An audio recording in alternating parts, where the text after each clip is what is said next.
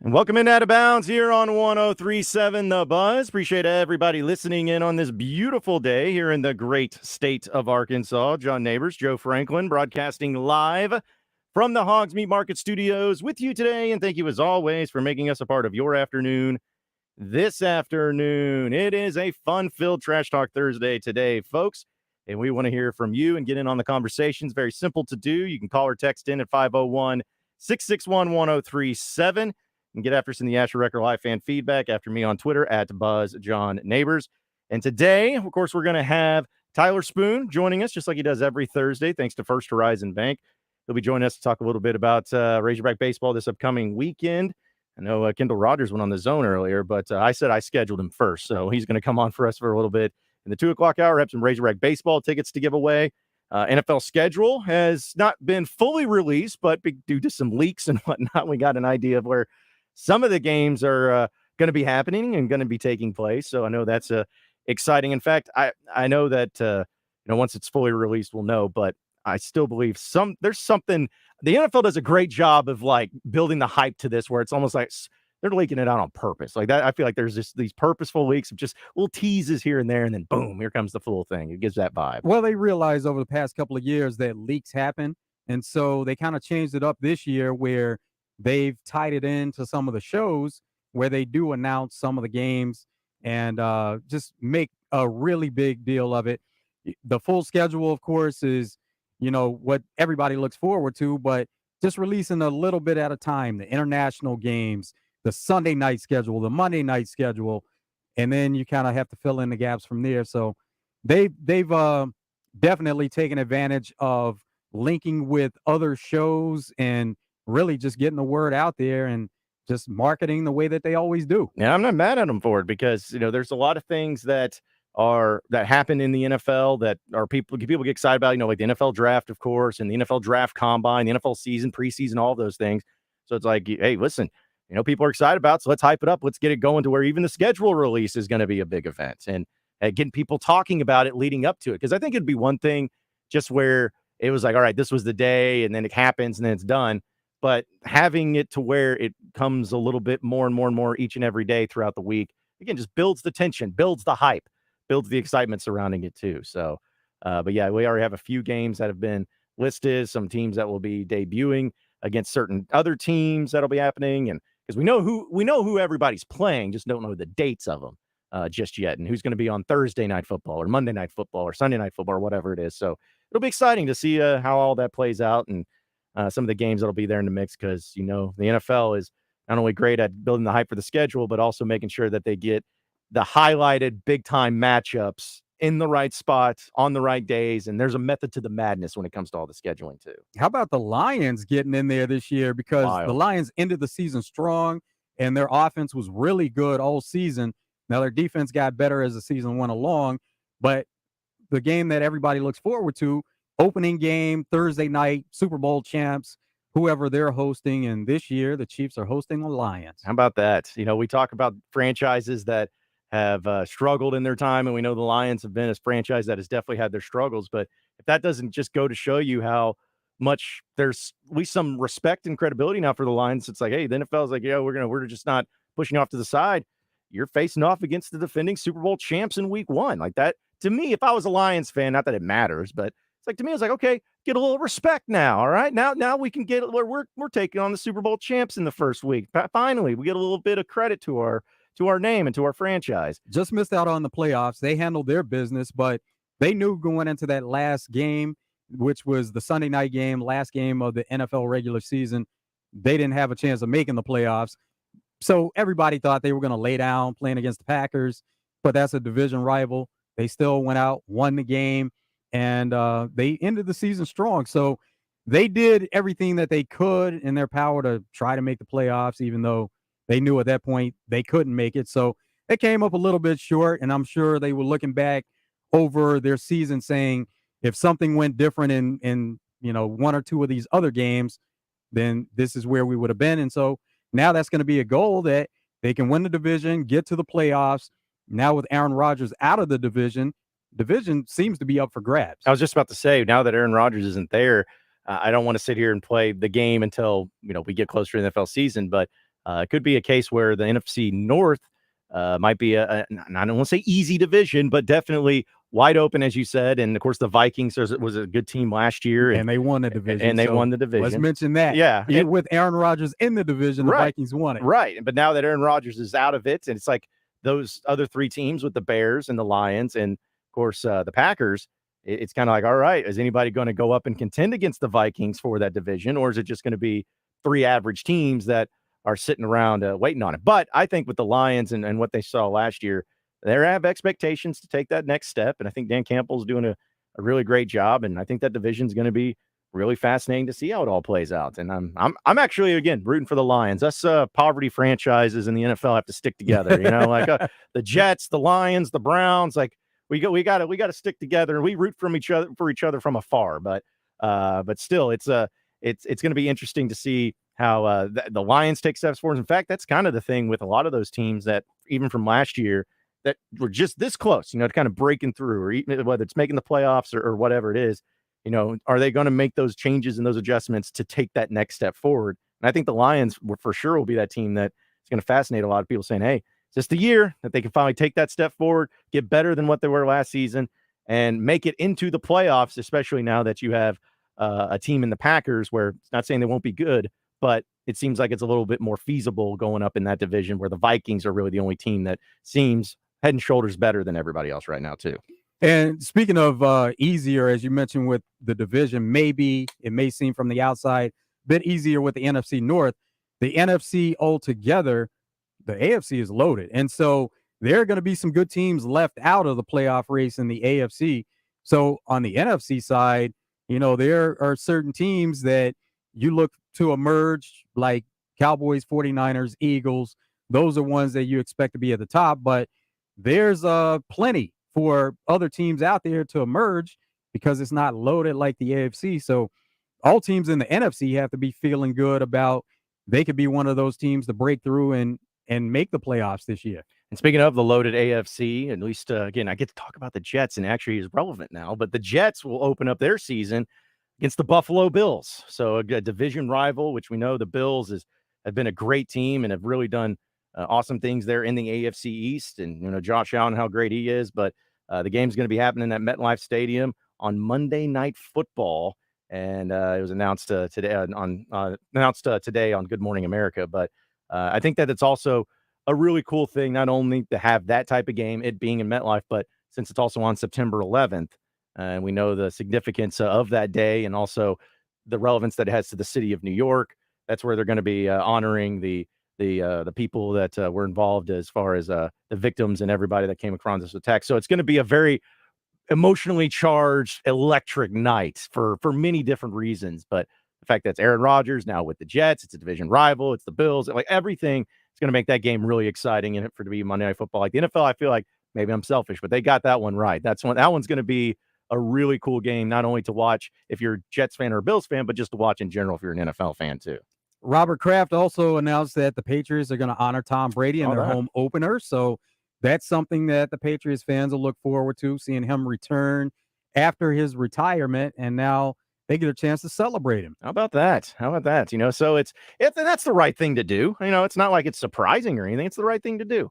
I like the fact that they are honoring a guy that won 6 Super Bowls there. Yeah, it's probably nice to give him an honoring there. I wonder if they're gonna is it gonna be like a retirement jersey, or is it just like they're gonna put like a banner or something up? Like, is there gonna what's gonna number be? 12 needs to be retired for sure. Yeah, for their franchise. Yeah, I mean, I don't. If you don't retire his number, whose number do you retire there in New England? I don't necessarily know, but yeah, that'll be a cool thing for them, and to have him back, and to have the honoring there too, and just everything that's gone on with Tom Brady since that point in time, and like here's the thing, that it was probably upsetting for Patriots fans too to see Tom Brady leave and then go to the Bucs and then win a Super Bowl and all that, but it's still. Hey, he's your guy for how long was he there with the Patriots? Official, is it 19 years, something like that, 20 years? Yeah, all but 2 of his NFL career. That's insane. So yeah, you definitely or 3. You definitely owe him a lot, and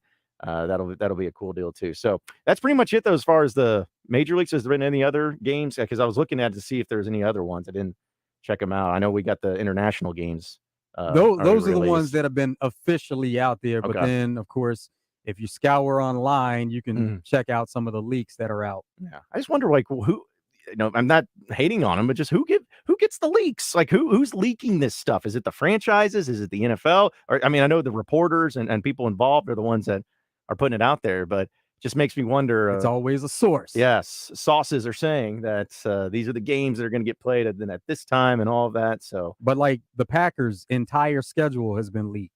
see, that's crazy. Yes. like, like how? Like who dropped the ball there? Who did that? Who's the one that like did somebody like leave it written on a cocktail napkin somewhere and somebody picked it up out of the trash? I don't really know, but it seems like that happens every year because it's a different team too. I feel like it's never like I can understand if it was the same team leaking out. It's like okay, something's going on there, but when it's different teams and whatnot, it's like somebody's either doing it. There's either a reason behind it or someone's just being, I guess, a little bit sloppy or something. A game or two I can get. A whole schedule, that's ridiculous. Packers still have a lot of primetime games also because they play Thursday night followed by Monday night. They play the Thanksgiving game at the Lions. They play the Chiefs on Sunday Night Football that following week. So December 3rd, they play Packers Chiefs Sunday Night Football. Then they play the following week against the Giants on Monday Night Football. Wow. And then, of course, when you get deeper into the schedule, they can flex Sunday Night Football games. But New Year's Eve, it's at the Vikings for Sunday Night Football. See, that just shows you that with the amount of different days that they have these games on, because I guess at some point in time throughout the entire NFL season, there's going to be a game on every day of the week except for like Tuesday and Wednesday, right? Because they have Black Friday now. It's like Thursday, Friday, Saturday, Sunday, and Monday, of course. But they need to find a way to get an NFL game on Tuesday or Wednesday, just somehow, They just for did the that fun. during COVID. I don't think the players really like that. No, I wouldn't think so. I wouldn't think so. Thursday night's still on Amazon though, right? Yes. Okay, keeping it that way at least. So okay, because good. I know. No, I was like, all right, I had my Amazon app and I knew how to work it, and I don't want to have to relearn how to do it again to watch those Thursday night games. So yeah, official NFL schedule will be coming out later tonight. So look forward to that. We still got a lot of things to get into. We'll have some updates with injuries, especially for Razorback baseball, because Dave Van Horn talked to the media today, and we'll give you some thoughts on that, as well as the NBA games last night. Still got a lot to get to. And of course, we want to hear from you. 501 661 1037 is that number to call or text in. More Out of Bounds coming up next.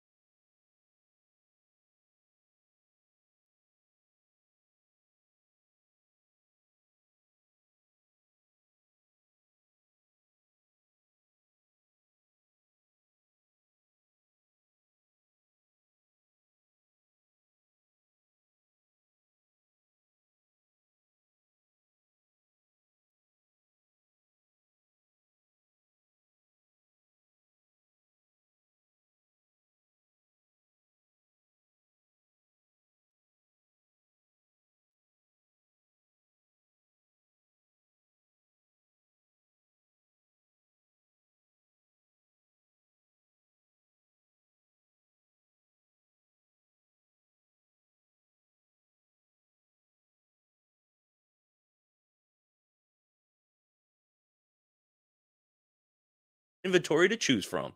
Paid non-attorney spokesperson. This ad is paid for by the settlement specialist.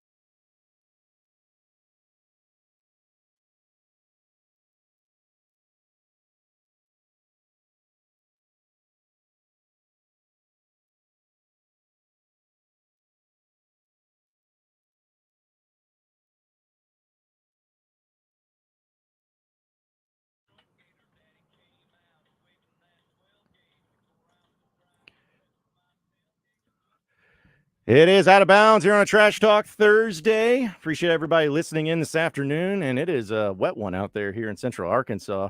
Me and Joe had the pleasure of going to Hogs Meat Market actually today for lunch, and got to check out all the great things we have. And shout out to not only Hogs Meat Market but our sales guy Robert Davidson for taking us out. And man, it was awesome. Like, it was awesome being able to go there, and we always appreciate, of course, Hogs Meat Market being our studio sponsor here on Out of Bounds, but folks, if you haven't had a chance to get out there, you need to, because you hear just, oh, Hogs Meat Market, oh, it's meat market. No. Like, not only do they have all the best meats there is, but they also have ways to where they will cook them for you. If you want a burger, they got you a burger. If you want a brat, they got a brat for you.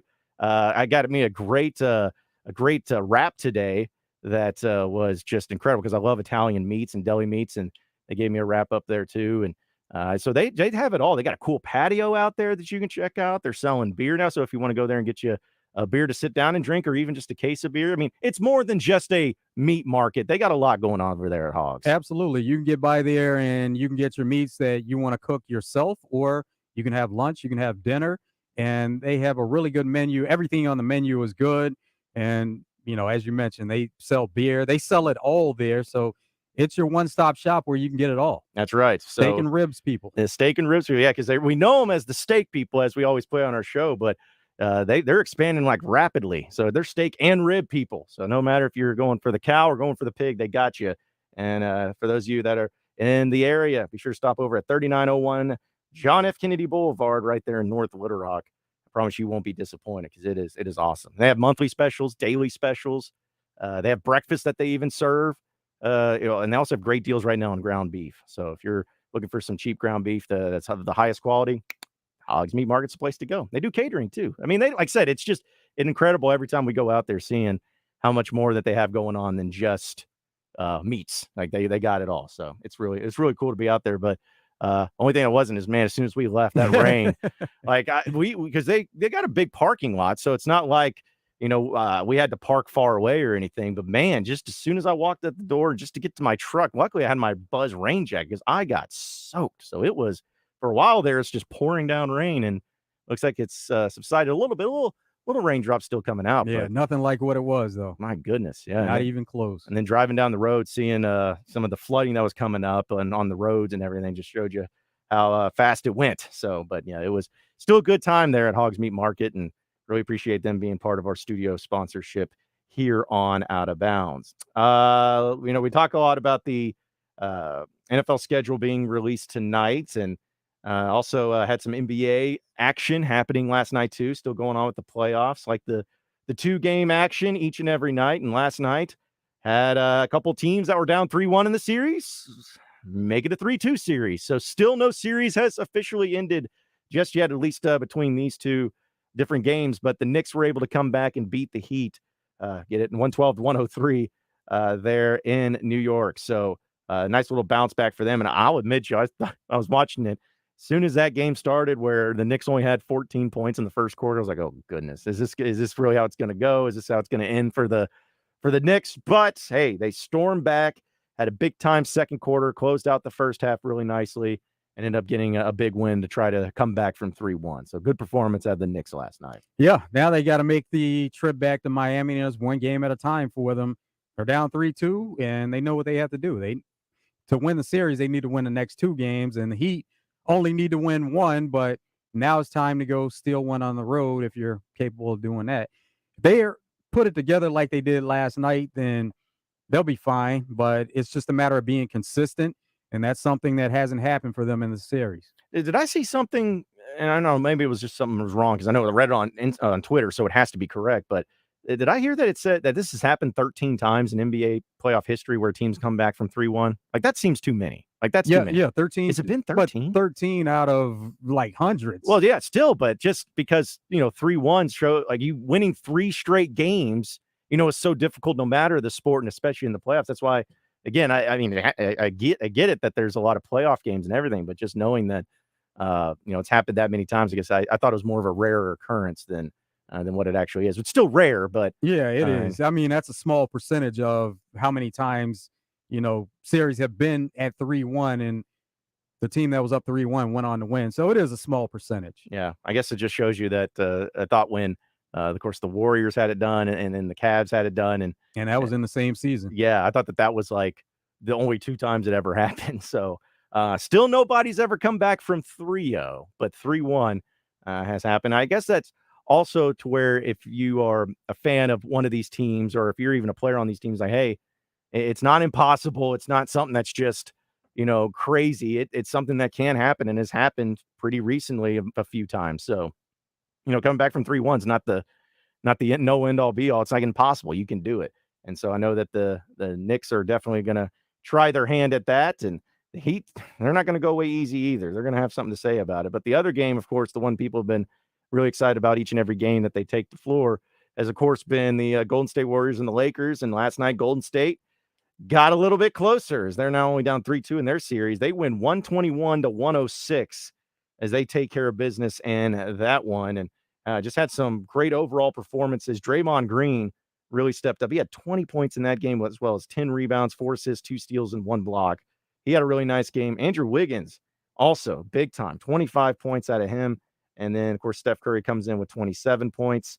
Clay had only 10 points. Like, he's had kind of back-to-back games where he struggled shooting the ball, but I don't think they really care because, hey, they got the win. Even Gary Payton Jr. got a nice little performance out of him. So just overall, the starters there for the Warriors were really bringing it for him. GP2, he's been a really important piece of this series, and not really for his offense, but more so for his defense. Now, he is a guy that they'll leave open, and so he will have some of those shots that are available to him. But GP and then Andrew Wiggins, like, and not just for this series, but altogether, he's going to get open shots, but minimize how many threes he takes, because he's not somebody you're going to say, all right, Andrew Wiggins is going to hit so many threes in a game. Last night, I think he did a really good job because he only shot 5, and maybe he should shoot less than that. But he's playing well enough to be a key piece of what they're doing, but leave the open threes to Klay Thompson and Steph Curry. And even Klay is struggling with his 3 right now. But if somebody's going to take threes, those are the guys you want taking them. Yeah, or how about Moses Moody? He went 2-2 last night. So he only played 10 minutes, but got 6 points out of him. But he's been pretty efficient when he's gotten in there into the mix, and shows Jordan that he Poole, can do it. Struggling. 1 for 6 from 3. Yeah. But now, as far as, between this series, Warriors, Lakers, they go back to LA, and the pressure kind of shifts to the Lakers because you want to be able to close this series out at home. You don't want to necessarily go to a game 7. Same thing with the Heat. The Heat want to close it out in 6. They don't want to have to go back to New York for a game 7. But you realize, as that team that's in that position, even though you're not the team that has the home court advantage, you only have to win 1 game of possibly the next 2 games. But you want to try to close it out as soon as possible. But the pressure is on you because you're at home. Everything's in your favor.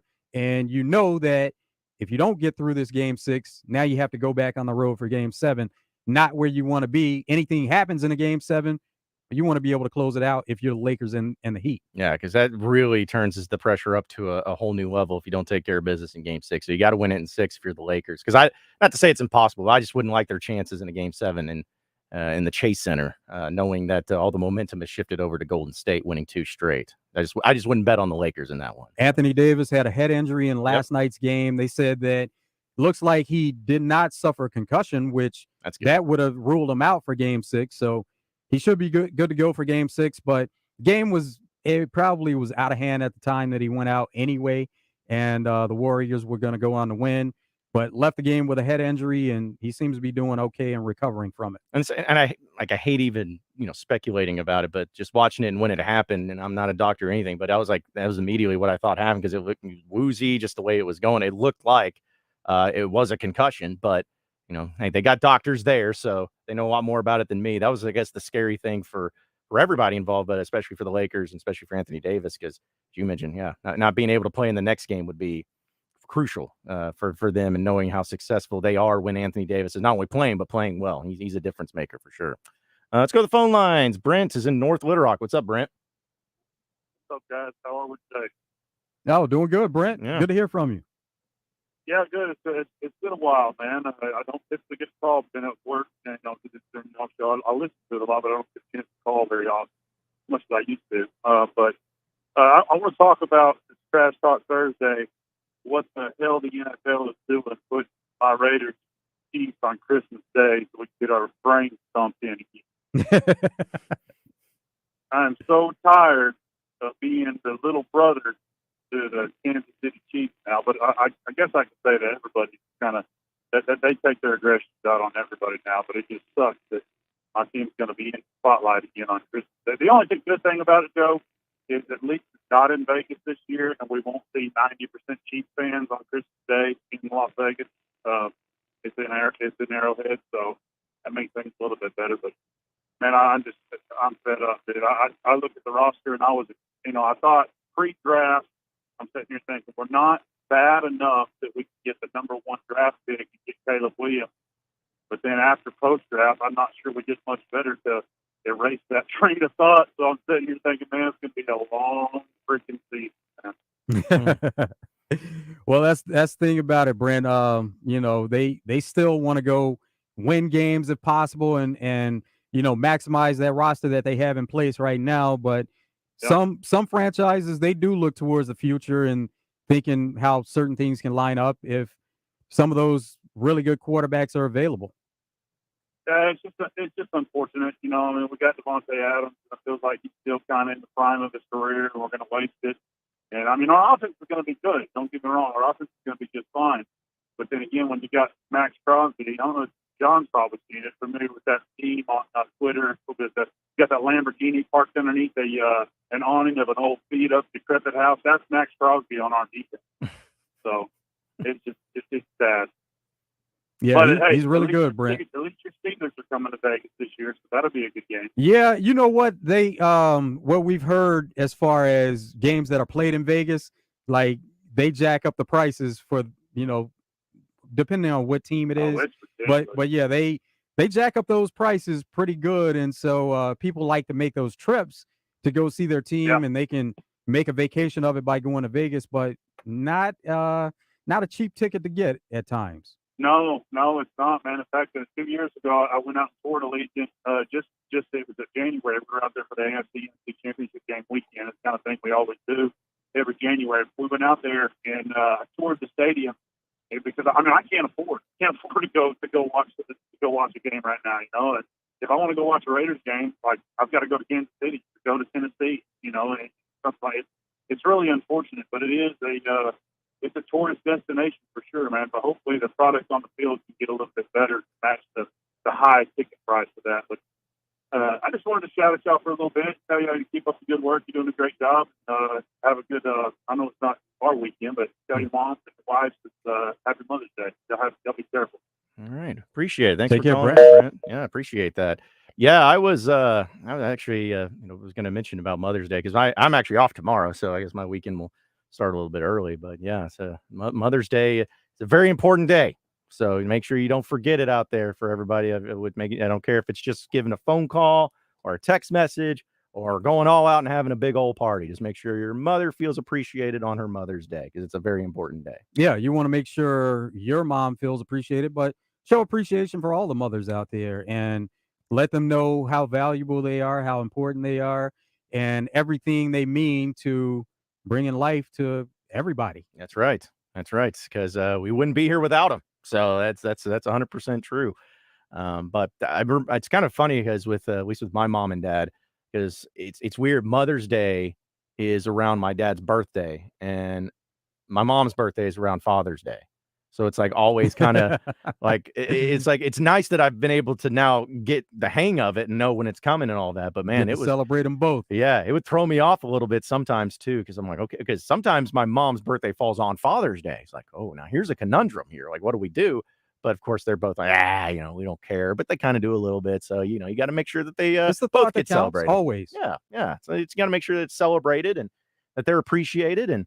That's what it's all about. I've always felt like, and it's not the same in every household, I'm sure, but at least in my household growing up, I always felt like Mother's Day was a little bit bigger of a deal than Father's Day, and it wasn't because of anybody's, gaining the attention or anything. It's just felt like my dad always made sure he put a lot more emphasis on the Mother's Day, and then my mom would put some emphasis on Father's Day, but my dad was so like, "Nah, I don't want it anything." Like, it was funny how it always worked out as a kid. I always thought that Mother's Day was such a bigger deal than Father's Day. At least that's how it was and mentioned into the Not much household. has changed. Yeah, apparently not. There's not a lot, but it's kind of the nature of it, though. Dads, they love to be celebrated, but at the same time, let them do what they want to do. They want to sit back and chill and just watch TV, watch some games, watch golf or whatever, and not be bothered. Then let them do that. And Yeah. the same for moms. If moms don't want to be bothered, just give them their gifts and Yeah. move on. Let them relax and have their day. Yeah, just to make sure that you do something, again, it can be anything, but just do something for them. And like I said, show the appreciation that you have for them too. Even a social media post, I feel like has become almost a better gift than a lot of deals where if you just post pictures of you and your mom and, wishing her happy Mother's Day and showing some love there, they even appreciate that too. So again, it could go in different ways, in various ways there. Speaking of which, we were talking about the NFL schedule. They just got another game leaked, or at least this is what's being reported. But it's at least for me, Cowboys are going to be hosting the Jets week 2, apparently. So that's in Arlington. So I guess I'm going to start having to make my plans for because what would that be? It would be September 18th weekend, if I'm doing my math right. 19th, something like Yeah, that. somewhere around there. So I guess I'll maybe be trying to make a trip down to Arlington for that. How cool would it be? Ooh, no, I don't think it's going to be. I was like, how cool would that be if that was the A&M weekend too? On Saturday, Razorback A&M, and then Yeah. but I don't think that's the case. No, it's not going to be that. But you are talking about a game in Fayetteville and then having to go to Arlington that next day. Yeah, I could do it. So I can make a trip. And it'd be BYU. Okay, That's BYU. who's on the schedule. BYU. Yeah, I can make that work. I could do that. Have the BYU game. I'll even allow it to be an 11 a.m. game. Let's make it an 11 a.m. game. Get over with quick. Leave there. Drive down to Arlington. You already know that's going to be a 7 p.m. kickoff. I know. And then the Cowboys and Jets will probably be like a noon kickoff. Probably not. Hopefully that'd be awesome if it's Sunday night football. That'd be cool. Cowboys usually play. They usually seem to be locked into that 3:30 slot quite a bit. Now they do play some noon games, but for the most part, they're especially at home, they're locked into that 3:30 slot quite a bit. Well, I'm going to be selfish. Just give me whatever's going to give me the most time to get down there and to enjoy it because I'm still waiting because they haven't, at least I haven't seen it. Of course, I haven't checked in a few days, so maybe it's changed. I still got to make sure that I get that Jets jersey for Aaron Rodgers, and the number 8. I got to make that happen. Even though I hate the new Jets jerseys, I still like the old school looking ones, but I'll make an exception because it's Aaron Rodgers. It just kind of looks, I don't know, cheesy to me, but still. You have to get the green, the white, and then of course the alternative black that they sometimes wear there too. But yeah, I'll have to get that and go down there. And I can't wait for the Jets to disappoint me down there too. My first Jets game ever. It'll happen. Because what was your first Steelers game? You remember pretty well? First one, no, not really. Oh yeah, but because there's been a few, right? But let's see. I've been to only one playoff game. That was in Nashville against the Titans. It was snowing, and it came down to the very end of the game. I think it actually went to overtime also. And Steelers blocked a field goal, which they call roughing the kicker on. So the Titans got a chance to re-kick, and they kicked it and, of course, made it. And it was game over, season over.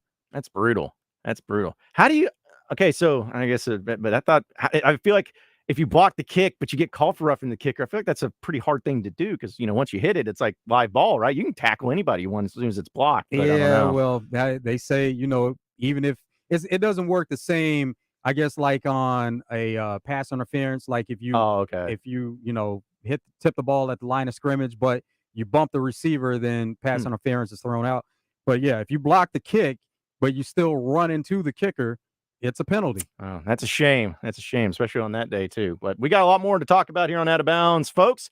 Got what's trending in the world of sports here on Trash Talk Thursday coming up next, so stay tuned.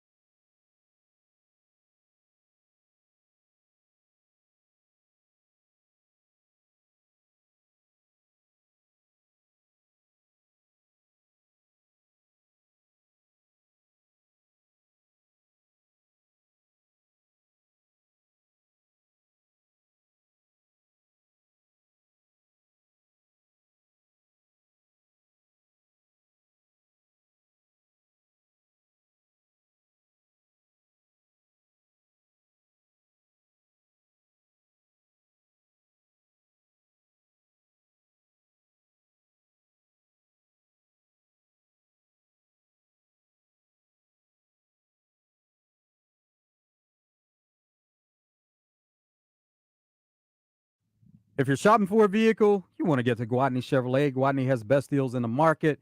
Been doing it 60+ years. Give them a call, 501-982-2102. No payments for 90 days at Guadney Chevrolet.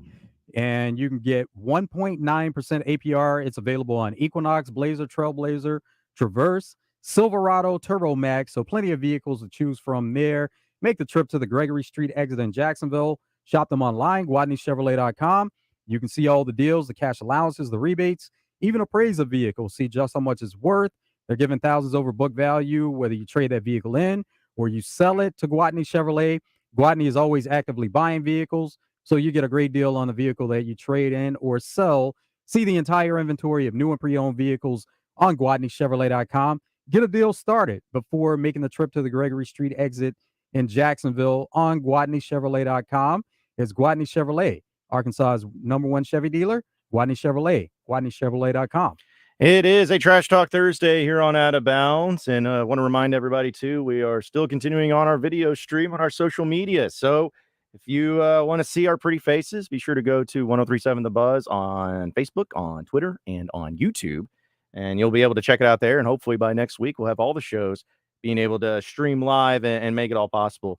I'm trying to do Instagram because there used to be a way to stream on Instagram, but then some people still can stream on Instagram, but not everybody can. I don't know. I feel like Instagram would be the perfect thing for streaming because it's like they just do videos and pictures. Like that's it. Like that's all that Instagram is. So I don't know if ever that happens, we'll probably jump on that as well. But I thought that was kind of strange that they don't have a way to stream on Instagram. It'll have to happen one day. But either way, we got to get verified. I guess we got to get to be an influencer. Got to get to that point before we get into that, I guess. So before we do what's trending in the world of sports, let's go back to phone lines and JK's in Fairfield Bay. What's up, JK? Hey, guys. Great show. Hey, Joe, the first time you answered a call from me, I was thinking the other day was when Bo Mattingly had a show on 103. You remember? No, JK. That may have been somebody else. Okay. Matt Jones came on right after that. Okay. Was that on 103 Buzz? Yes. Yep. Okay, well, what my question is this. Joe, I follow the Pittsburgh Steelers, and you follow them. Tell me about Mike Tomlin, his background, and where he played at. Or he's a real interesting coach, and I'll hang up and listen. Thank you, buddy. Okay. Thanks, JK. All right. So what's really interesting about Mike Tomlin is he played a receiver in college at William and Mary.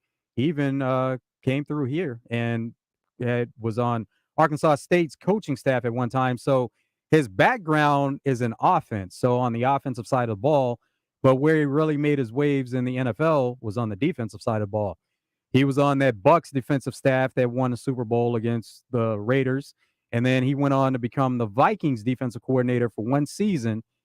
He interviewed with Steelers after that season. Then he became the head coach. So his background started in offense, but he's been known more so in the NFL as a defensive coach, defensive-minded coach, and he still even is heavily involved in some of the defensive calls right now with the Steelers. So there it is. And he's kind of opening up quite a bit more where he's a guy that's not, he is now, but he wasn't on social media, but now he's on more platforms and he's starting to do a little more. So that may be something to look into also, JK. Follow the Steelers social media platforms and maybe you can catch some of his videos and learn a little bit more because he's starting to do some more of that. And he didn't typically do it in the past. Because what years was he at Arkansas State roughly when he was there? Yeah, it was quite a while Quite ago. a bit, yeah. Well, he's been in the NFL, been the head coach for the Steelers for quite a bit, so I'm sure, yeah, it was Yeah, years ago.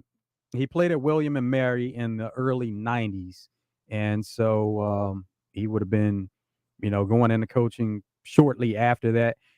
Let's see, Arkansas State, 97. Okay, so it wasn't too long ago then. How about that? All right, let's go ahead and jump into what's trending in the world of sports.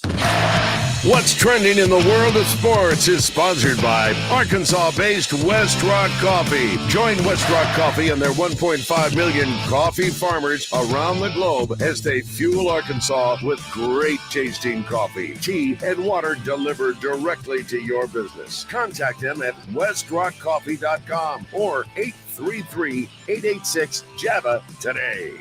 All right, what's trending in the world of sports? We've talked a lot about the NFL games that have been leaked out already, like the Patriots are going to be honoring Tom Brady and their season opener, which is, of course, going to be a really cool thing no matter what. I'm just glad that they're finally doing it, and they're doing it there in the first game of the season. But also going to have the Chiefs opening up against the Detroit Lions, and Aaron Rodgers and the Jets opening up against the Bills in their first week. And there'll be more leaks that are coming out there too. We'll keep you updated on all of those. But another little story that's going on in the world of sports, and some with a little Arkansas flavors. We know the situation over there with Mike Anderson and St. John's, and the thing that happened where he was fired, and of course they brought in Rick Pitino.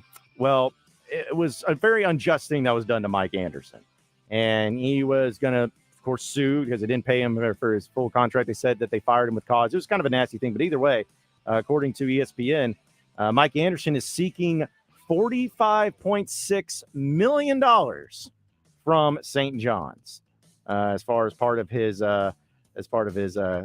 lawsuit that he has filed against them. So I don't know if he'll get all that money, but settling out of court, some of it. he'll get a good bit of it. So apparently it was a notice of intention to arbitrate filed last month again from Mike Anderson's lawyer, John Singer, and he's seeking $11.4 million that was left on his contract and an additional $34.2 million for punitive damages. Of course, yeah, they try to embarrass him, basically. Yeah, which I don't blame. I hope he wins. I really do, because again, Mike Anderson being fired from Arkansas, I think most Razorback fans still love Mike Anderson, still want to root for Mike Anderson, and something like that happened to Mike is, listen, they said that there was some problems in the program and all that. Say what you want about Mike Anderson, as a coach, whether he was great or whether he was average, whatever it is. The thing is that he ran a clean program. And if there's one thing that we all know about Mike Anderson is that the stuff that they said that he did or that he didn't do there at St. John's, I just don't think there's any merit or credit to it. So I hope he gets the money. I really do. And at least gets a lot of it. And I'm sure that'll be something that'll really help him out there as well. So also, we mentioned some of the NBA playoff games from last night, some big ones there. But, of course, the deal with Anthony Davis, it was not a concussion, which is nice to know, especially if you're a Lakers fan. So hopefully he'll be able to come back and be all right from it too. But also looks like Chris Paul is still out for the Suns, as in they go into Game 6 in their series. So DeAndre Ayton is questionable in that game too. So, yeah. Because that's the thing is that Suns team is stupid talented, but going up against the Nuggets and, knowing how Jokic has been playing and, knowing that they had the pieces to put it together, they need everybody healthy. Everybody needs everybody healthy, but that's not something you want to see or hear from if you're a Suns fan. We've seen that KD and Devin Booker have been able to carry them offensively, so that's not saying they couldn't step up and do the same thing again here. It's just that you would feel more comfortable with Ayton out there because not only are you talking about something he can give you on the offensive end, which is a bonus, but the Suns need to be able to play some defense, and he is one of their better defenders. If he's not out there, then the floodgates could open on the other side for the Nuggets being able to score at will and get to the rim. Yeah, because Jokic in some of the games he's had this series, this playoffs, this year, anyways, he's capable of really racking up the numbers, and that could be a problem if that ends up being the case. But we have other things we'll get to as far as what all is trending in the world of sports. But we got to take a top of the hour update. When we come back, we're gonna have Kendall Rogers of D1Baseball.com. It's a little previewing of the final couple of weeks here of college baseball, where the Razorbacks sit, what they need to do, what they don't need to do, all that good stuff coming up next in the second hour of Out of Bounds on the Trash Talk Thursday. Stay with us.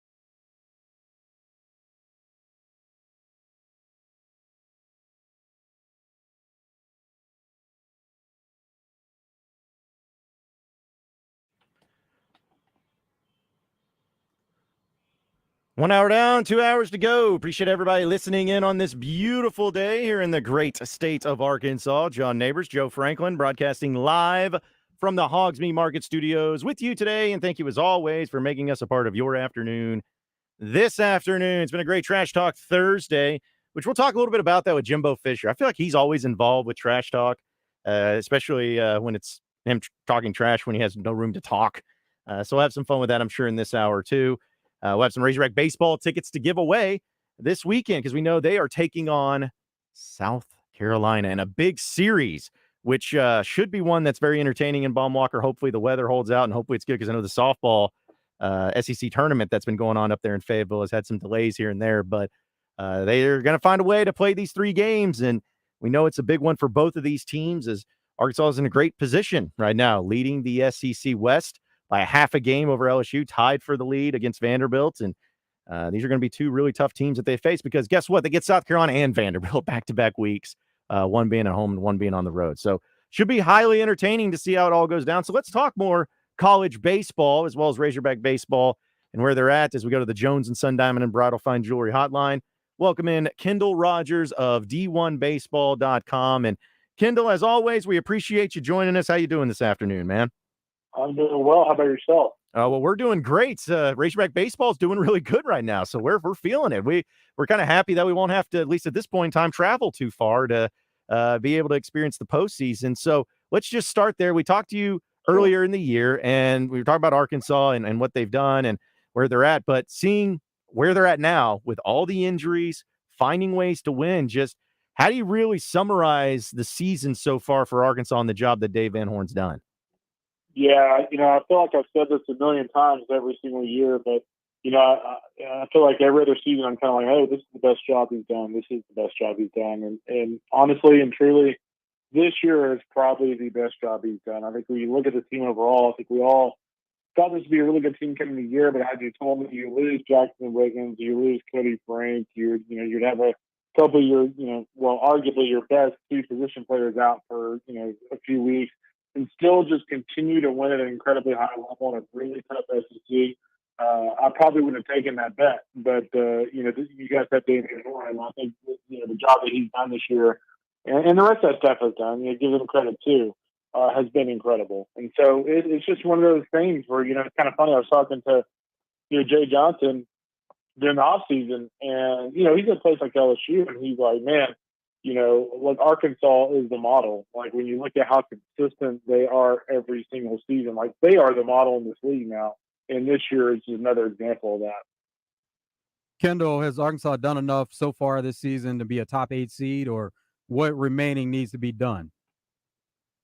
Yeah, I think they're in great shape. I think if you look at this overall resume for the Hogs, sitting at 5 in RPI. They're 14-7 against top 50, 7-3 against top 25. The other numbers are well. They're 9-2 against the rest of the top 100 outside the top 50. So all the metrics are there. The conference record is there. So at this point, they're a slam dunk as of right now. The only issue you would run into is if, let's say they lost South Carolina series, Vanderbilt series, and didn't play well in Hoover, then they could work themselves out. Kind of like how South Carolina has worked themselves out of a top 8 over the last week, getting swept, by Kentucky and also losing that series to Auburn. So there's still time to work your way out, but they 100%, control their own destiny. If they take care of their business, let's say they split the final 2 series, I think they're a slam dunk top 8. So, Kendall, looking at also like best case scenario, I know you guys have Arkansas ranked at number 3, and we know that they feel pretty good about their national seed spot. But say if Arkansas really takes care of business and say they win the series this weekend, win the series against Vanderbilt, maybe and win some games there in Hoover, is there a way that they could jump into that number 1 seed area, or do you still think no matter what, they're going to probably more likely be a 2, 3, 4 somewhere in there? It all kind of depends on, what Wake Forest and LSU do as well. Wake Forest is one of those teams that right now, I don't think they're going to lose a series. I think they're just such a balanced club. I don't think they lose a series. And then you have LSU, who, they have questions outside of Paul Skeens in the mound, but it's still a potent offensive lineup. So, it could be one of those things that, you get to the SEC tournament. Maybe it's LSU and Arkansas jockeying for that number 2 spot, but I think I'd be very surprised right now if Wake Forest does not have that number 1 spot come Selection Monday. they're like a freight train right now, and I don't think there's anybody having to slow them down. If you look at Arkansas and LSU's roster, and we've seen these teams match up against each other, but if you will, just kind of break down what you see between those two teams. Yeah, I think the biggest thing for me is, you have two teams that are banged up on the mound. I mean, I think if you look at South Carolina, Will Sanders has been a little banged up at times. Noah Hall, who's a weekend starter for them, is more than likely out for the year. They've got some, other talented arms that are banged up as well. So the pitching stats are really similar in the sense that they're banged up. I would say the one differentiator for me is a guy named Hagen Smith. I think when you look at, what Arkansas has in Hagen from the left side, South Carolina just does not have that as long as Will Sanders is a little iffy. So I think that's a differentiator for me. I think the other thing for me to keep an eye on with South Carolina is, what's their injury status positionally. Thomas LaCroix has been kind of banged up as of late. I think they're hoping to get Will McGillis back this weekend. He's dealt with an injury for the last few weeks, and they've been kind of used to not having him. And then Braylon Wimmer is another guy who's been banged up. So whether or not LaCroix and Wimmer play this weekend is going to be big, because if they're out, and let's say Will Sanders is out for South Carolina, I mean, they're very much behind the eight ball at that point. Speaking with Kendall Rogers of D1Baseball.com here on the Jones and Sun Diamond and Bridal Fine Jewelry Hotline. So, Kendall, just looking at the SEC in general, we know this conference is very dominant, and they've had quite a few champions, especially here in the past few years, coming from this conference. I know who would have guessed that Ole Miss would have done what they did last year, but how many teams do you look at, just roster and realistically, how many teams in the SEC do you look at actually having legitimate chance and all the pieces to win the College World Series title this year? I would probably have like four. I mean, I think teams like South Carolina, Kentucky are a little light for me. I think Florida, Arkansas, Vanderbilt, and LSU are all four teams I can see win the national championship. I think Kentucky's just a little light. The thing that's crazy about this league is the SEC is pretty much guaranteed at this point, barring total meltdowns the last couple of weeks, which could happen. They're pretty much guaranteed to get 11 bids, which would be a record, because if you look at the three bubble teams from last week, Georgia, Auburn, and Texas A&M, they all three won a huge series, and guess what? All three don't play each other the final 3 weeks. So you have a scenario where we go to Hoover and pretty much no one is playing to get in the tournament. Like, everybody's pretty much in. So it's just fascinating to see how good this league is and see how well kind of those bottom tier teams are starting to do. Usually we get this time of year and we're like, man, we're not sure if they're going to get in. Well, all three of those teams have a chance to basically make it a moot point and basically prove that they ought to be in. You see a team or teams in the SEC that can put it all together here late, kind of like what Mississippi State and Ole Miss have done over the past couple of seasons. Yeah, man, it's been crazy. Ole Miss and Mississippi State are just mind-blowing to me. I mean, Ole Miss probably being the bigger one. I get having an opportunity to take over. They don't have Hunter Elliott. Their ace. He's been out for the whole year. He tried to come back a couple of weeks ago against LSU and just wasn't good. And I think he'll probably end up having surgery. But, for every team that says, oh, well, we have injuries, there's Arkansas. So Arkansas is the outlier, I think, that injury just be able to continue on. But, I mean, Ole Miss, they have a lineup that has two guys that will be, first or second team All-Americans, and Kemp Alderman, Jacob Gonzalez. Peyton Chatagnier has been there forever. Calvin Harris, a really talented player. So, they've got a premier offensive lineup talent-wise. It's just, and the team as a whole just has not produced. Mississippi State, for me, is more troubling just because this is 2 years in a row that they've been just flat-out terrible. And, they've already gotten rid of the pitching coach, Scott Foxall. I almost kind of wonder if it's one of those things where, hey, we got rid of Foxall, but then the next 3 weeks after we got rid of him, we were awful. And I just wonder if that kind of makes the brass that Mississippi State go, you know what? I know we're just going to get rid of our pitching kids, but why don't we just make a wholesale change at the top? And I think that's still on the table.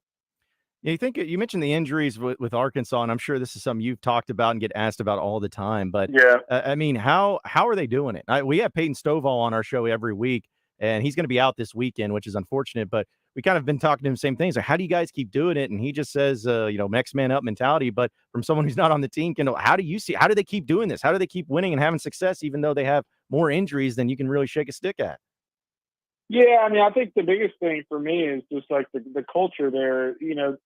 Plenty of coaches around the country go, oh, we have the the next man up mentality. But that's one of those programs that actually lives it, right? I mean, if you look at the pitching staff, Gage Wood was a really good arm in the fall. Like, I mean, he was up to into the mid-90s in the fall, but they weren't real sure what his role would be in the spring. Some injuries occur. All of a sudden, he's counted on. He goes out there and has been very good on the bullpen for him. I think if you look at offensively, I kind of go back to the A&M series in the job that Kendall Diggs has continued to do this year. I'm not sure we expected him to have this kind of year. I mean, I thought he'd be better.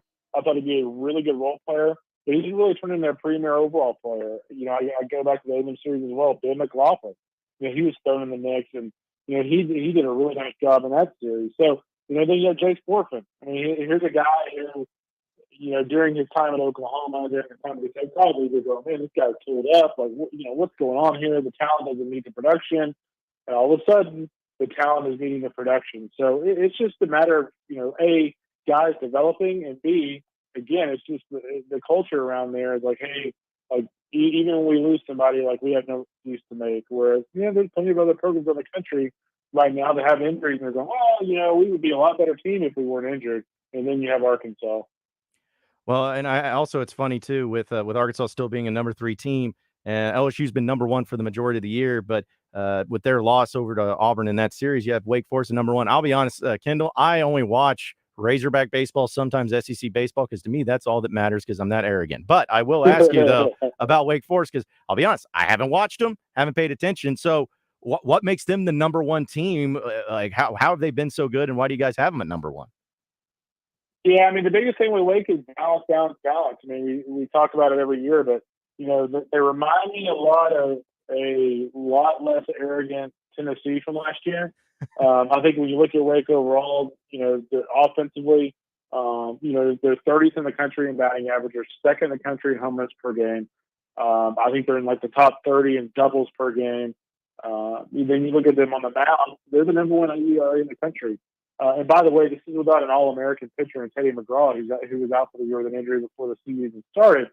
So if you look at, like today, we released our top 100 starting pitcher rankings, and Wake Forest, number 2, Rhett Lauder, number 3, Josh Hartle, and by the way, their Sunday guy is at number 5 overall in the country. So, I mean, they're just an incredibly balanced team, and they got on to the back end too. Seth Keener, Shannon Manasseh, both those guys are big time arms, and so Tom Walter has done an amazing job. That's not an easy place to win, and they're on a roll. With that said, there is a part of me that's a little concerned. Arkansas found itself in this position a couple of years ago where, they hadn't lost a series all year.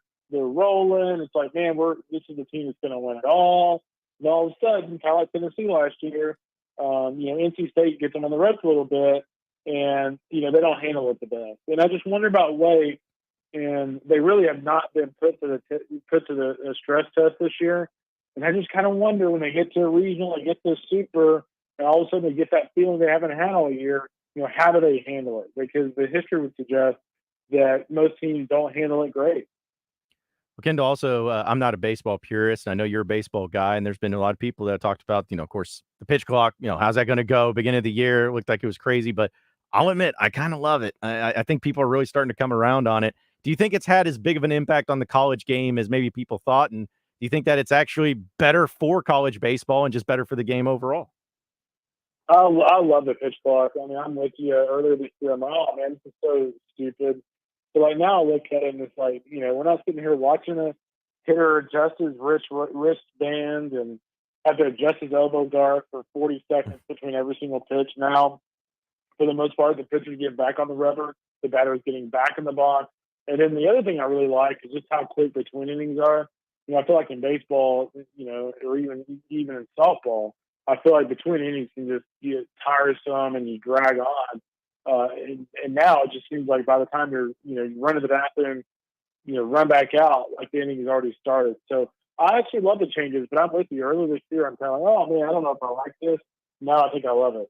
Yeah, I feel like I got friends of mine that are the baseball guys that just were so adamant against it, and of course they love the pro and college game, but they've really come around on it. It's just, I guess it's amazing in baseball. Not saying everything, but baseball is one of those sports that people are very loyal to the way the game's played and how they don't want to change. But it is amazing how when you do have these little changes, it's like, hey, just try it out and look at the results. Look how happy everybody is. And I think even the coaches and pitchers and even the players, like I think everybody's come along on it very nicely too. No, they have. The other big storyline in college baseball right now is just the sheer number of home runs. It's been crazy. I think I have to get an updated number, but at one point we were up like over 1,000 home runs year over year. So that's the other big storyline as we get close to the postseason here. Jeez, yeah, that's incredible. Well, last one before I let you get out of here, Kendall. Since we were talking about pitch clock and everything, is there something you'd like to see next as far as the game itself? I know that there's always the full-time coach, the third coach, and maybe there's some scholarship things that need to be increased. We all know that. But as far as the game itself, is there anything else that you'd like to see in the future, maybe adjusted or changed or added, taken away, something like that? Yeah, I mean, I think the other thing that you could look at is kind of like the big league extra inning rule. I'm not as much on board with that, but I mean, if you're looking at ways to trim down the game, that'd be another way to do it. Is after a certain, let's say after a couple of innings, you essentially, put a runner on second or a runner on third, and that'll cut some of the game times down. Because I do think, at the least you should do that in the postseason and the regionals and supers. Because think of how many regional games that are played that end up going 14 or 15 innings, and all of a sudden those teams are shot. I mean, think back to Oklahoma State last year. They played what was it, like 17? Was it 16 innings against? Or I can't remember now. It's been so long. But they played a really long game against Missouri State, whereas that game could have very easily been over after 10 or 11 innings. I'm kind of one of those people that, like, when it comes to the postseason, I want each game to be someone's best against someone's best. And I think when you're playing 16 innings, sometimes that's not always the case. Yeah, I feel like if there was one thing, and again, maybe it's just for the SEC specifically, but if there's one thing, I feel like, Kendall, maybe you can disagree. I want the conference tournament to be single elimination. I just feel like that would be a lot more fun, and I mean, you could even add in the other two teams that get missed out if you want. And maybe that's not the most popular opinion, but I just feel like, man, with the postseason, I'm okay with that. Yeah, because I think that'd be so much fun. Like just having it to where, hey, win or go home. If you want to get into the tournament and into the postseason, if you're on the border, you got to go all out. But hey, you teams out there that are comfortably in and you don't want to do anything, just go out there, get one game in, and come back home. And I feel like it'd be shorter, it'd be quicker, it'd be better. I don't know, but I feel like if they did something like that, I'd really enjoy that if they did that for the conference tournament. Yeah, I mean, the only issue you run into with that is like if you make it single elimination, like how many people are actually going to go? True. If you're like because like one of the things I've noticed over the last couple of years in Hoover is the number of Arkansas fans who show up. Like it used to be very few, now it's actually quite a bit. And if you're an Arkansas fan, like, are you gonna make a 4-day reservation in Hoover or a 3-day reservation in Hoover if the Hogs are only going to play one game? Whereas if they play two, okay, well, I get 2 games. I get 2 games in 3 days. That's a winner. So I think that's one way of looking at it as well. I mean, at the end of the day, the conference tournament is about a bubble team getting in the tournament, or B, making money. Yeah, well, we know making money is about everything now. I mean, that's just the way it is. Exactly. But hey, it's fun to dream about it. But Kendall, hey man, we really appreciate you joining us, doing a great job with D1Baseball.com. Keep up the good work and enjoy the last part of the regular season because postseason will be here before we know it. John. We'll see you soon, bud. Thank you. Appreciate it. Again, Kendall Rogers of D1 Baseball joining us on the Jones and Sun Diamond and Bridal Fine Jewelry Hotline. Yeah, I was happy to hear that you had Kendall agreeing with the single elimination thing because, I get that there's different elements and different positives and negatives and all that, but it just seems like it's such a burden, for coaches at least, where it's if you're Arkansas, for instance, you're like, man, I don't want to throw any of my good pitchers out here. I don't want to. Well, I already got injured enough, man. We don't need these games. But again, I could see both sides of it. I just think it'd be a lot more fun to have just quick, like in basketball in the NCAA tournament, like boom, boom, boom, boom, boom, boom, boom. There you go. You get a double bye if you're one of the top 4 seeds, but the rest of it's just win or go home. That's all it is. If you're fortunate enough to make it through the regionals, super regionals, get into the College World Series, they're kind of getting you ready for that setup. So that's the other side of it. That's the format, and that's something you can look forward to. But you have to be able to get there and take those steps to be able to get to the College World Series and get into the double elimination part of it. But yeah, for conference tournaments, it's not necessary. No. In fact, if I had to weigh it out as far as, would I rather have the tournament go to single elimination or get it out of Hoover? I'd probably rather get it out of Hoover first, just because nothing against the fine city of Hoover. They do a great job down there. It's just, mix it up a little bit. Like, look how much fun it could be if you have it in other ballparks. That needs to happen soon, hopefully. But hey, if you take care of business, if you get the job done, doesn't matter where you play it, because that's what you're going to remember for sure. But either way, we're keeping it moving on a Trash Talk Thursday. If you want in on the conversation, 501-661-1037 is that number to call or to text in. We're going to have some more headlines to dive into, also have some trash talk, and have your Razor Hog update and some Razorback baseball tickets. We got a lot of things to get to, so we're going to keep it moving here on Out of Bounds, so stay with us.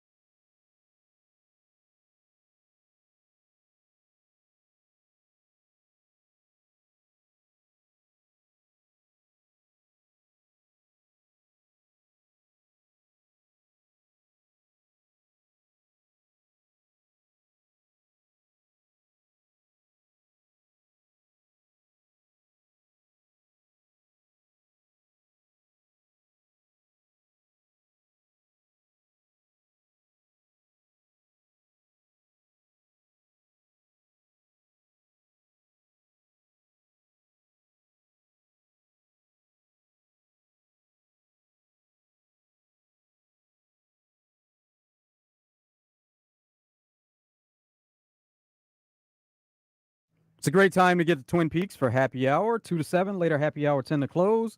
Enjoy all the food and drink specials that go along with it. Get a lunch combo starting as low as $7.99. If you want to take some food to go, you can order online, curbside, or to go, courtesy of Postmates, DoorDash, and Uber Eats. Great drink specials during happy hour. Apps for $2, $4, and $6. Today, you want to get to Twin Peaks because it is Customer Appreciation Day. So celebrating the customers of Twin Peaks, you buy 6 wings and you get 6 wings for free, and you can get those wings any way you want them. And also pair that with a signature draft, a soda, tea. That's all you need to do with the purchase to be able to get the 6 wings. So get by Twin Peaks today and celebrate Customer Appreciation Day. NBA playoffs, NHL, Stanley Cup playoffs, they're all going on right now at Twin Peaks. So make sure you get by there to catch all the sports action with plenty of seating inside and out, wall-to-wall TVs. Coming up on Mother's Day on Sunday, you can get half-price wine and a glass of wine and a choice of sangria, champagne, and mimosas for $5 all day. So get by Twin Peaks and check out the daily, weekly specials. They're all there at Twin Peaks. It's Twin Peaks. Eats, drink, scenic views. It is a Trash Talk Thursday here on Out of Bounds, and we've had some people on our First Arkansas Bank and Trust text line chiming in on a few things. First off, from the 903 says he loves the new video stream. Okay, good. I'm glad at least one person does. No, actually, we've gotten a lot of comments and a lot of responses from it too, which is pretty awesome. So it's Facebook, Twitter, and on YouTube. So if you don't follow us on there, be sure to do so because we're going to get all the shows. And the plan is to, at some point in time, have shows even on the road. We can make that possible to where if we go out to location, or me and Joe go to Twin Peaks, or if we, are at Guatney Chevrolet, or even at the Saracen Casino Resort, wherever we may be, we'll be able to make it happen and hang out. So, but yeah, appreciate you checking that out. And also Tony in Texas. And he gave me the go ahead to bring this up. So I wouldn't normally bring it up, but he said that it was fine. But Tony Texas has said, "Hey, John, how do you feel about your fellow Locked On podcaster losing his podcast? It's some stupid crap, man." He's talking about Josh Nabors from the morning show. And I know they talked about it on the morning show and talked about it on the Zone. And I felt like it was probably going to get asked to me too. And I said, Josh is cool with me talking about. So, but yeah, I was disappointed. I mean, he's like, I'm part of the podcast network there at Locked On, and I do the Locked On Razorbacks, and I love doing it. And it's a job that I'm very appreciative, just like I am here at the Buzz. And it's just unfortunate that sometimes when you do what we do, and in our jobs, we're not perfect. We make a lot of mistakes, and I can't tell you how many, like, I've made mistakes. Like we've done dumb things, we've tried dumb things, and sometimes things work, sometimes they don't. Sometimes we say things and maybe that come out wrong, or whatever it is. We've always kind of gone through that sometimes. I mean, when you're on the air for 3 hours a day, 5 days a week, and you're talking, odds are there are going to be times you say something dumb or do something dumb or say something. And in this particular case with Josh, it wasn't anything he said. It was just something he played as far as an unedited clip. So I hate it for him because I know he didn't mean any ill will or any ill intentions by it. But also understand that the broadcasting business, there's kind of a standard that people have. And, knock on wood, I haven't gotten to the point to where I've said anything or had anything happen to where I've lost my job because of that type of action. But it is tough. It is very tough. And I know in this day and age, it's like I said, it's just unfortunate that sometimes things are put out there and said, and again, maybe if your intentions are right, but you get to the point to where there's some problems that go along with it too. So, but Josh is going to be fine. Josh is great. Like, he does a great job in the morning, and we're very happy to have him here at the Buzz. And he's very talented, so he'll be all right. He'll get back on his feet. But I just wanted to make sure that people knew that it's not like I'm punishing Josh, or I have all this issue with Josh. No, it's great. He does a great job. And why would that be a thought anyway? Yeah, well, because people were like, when it happened last night, people were tweeting at me and DMing me and just being like, hey man, it's like, is this going to make it weird? Is this going to make it weird with you and Josh? I was like, no, like, it's totally fine. In fact, Josh was calling me and texting me about it, and I talked to him about it, and I told him about it and what my feelings were, and he expressed his, and that's fine. Like I said, it's nothing bad. Or that's nothing that is like just something where his life's going to be ruined or anything like that. Josh will be fine. He'll be good. It's just I said, it's just an unfortunate thing that happened, and lessons are learned all around. It's just tough. But anyway, I just He's getting a lot of publicity, I though. about to say that would be the silver lining. They were making several jokes about New York Post this morning. Oh my goodness gracious! Hey, listen,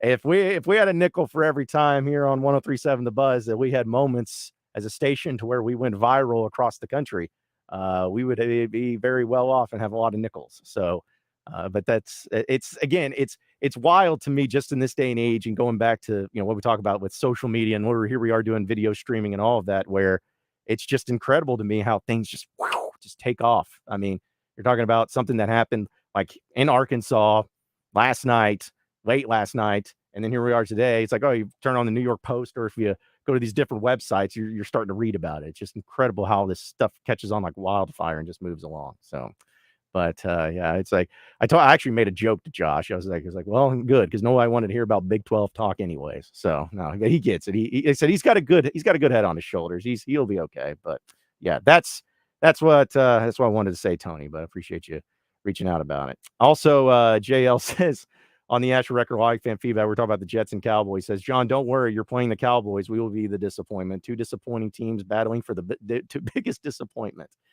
Well, hopefully that's not the case. I think that it should be a great game. And I mean, think about it. The Jets are like, that's a tough deal coming off of playing the Bills at home and then playing the Cowboys on the road in back-to-back weeks. I mean, that's not going to be an easy thing. So who knows? Could be a good thing for the Jets, or it could be a big win for the Cowboys. Who really knows at that point? But I'm going to try to go down, though. I'm going to try to make that work. Go to Arlington. It's early in the season where any team can recover at that point. With that added game, it's made a difference. Playing 17 games now. We saw the Bengals last year, and their second game was against the Cowboys. They went 0-2 to begin the season, and then they rolled off a few wins in a row, and still were in position at the end of the season to make a playoff run. So it's not as difficult as it once was to climb out of that 0-2 hole and still go on to have a good season. Yeah, I guess the question would be, and I don't know if you know off the top of your head, but how many teams are going to be starting a new quarterback this year in the NFL? I know that there's always some that are still trying to figure things out, but I know that obviously the Jets we're going to be having Aaron Rodgers. We know that the Colts are going to have a new quarterback in place. And like I said, those are just the ones that I feel like off the top of my head. But I would just be curious because, the year before that seemed like half the league. Yeah, like everybody was going out there and starting new guys. I feel like Bryce Young will start, right?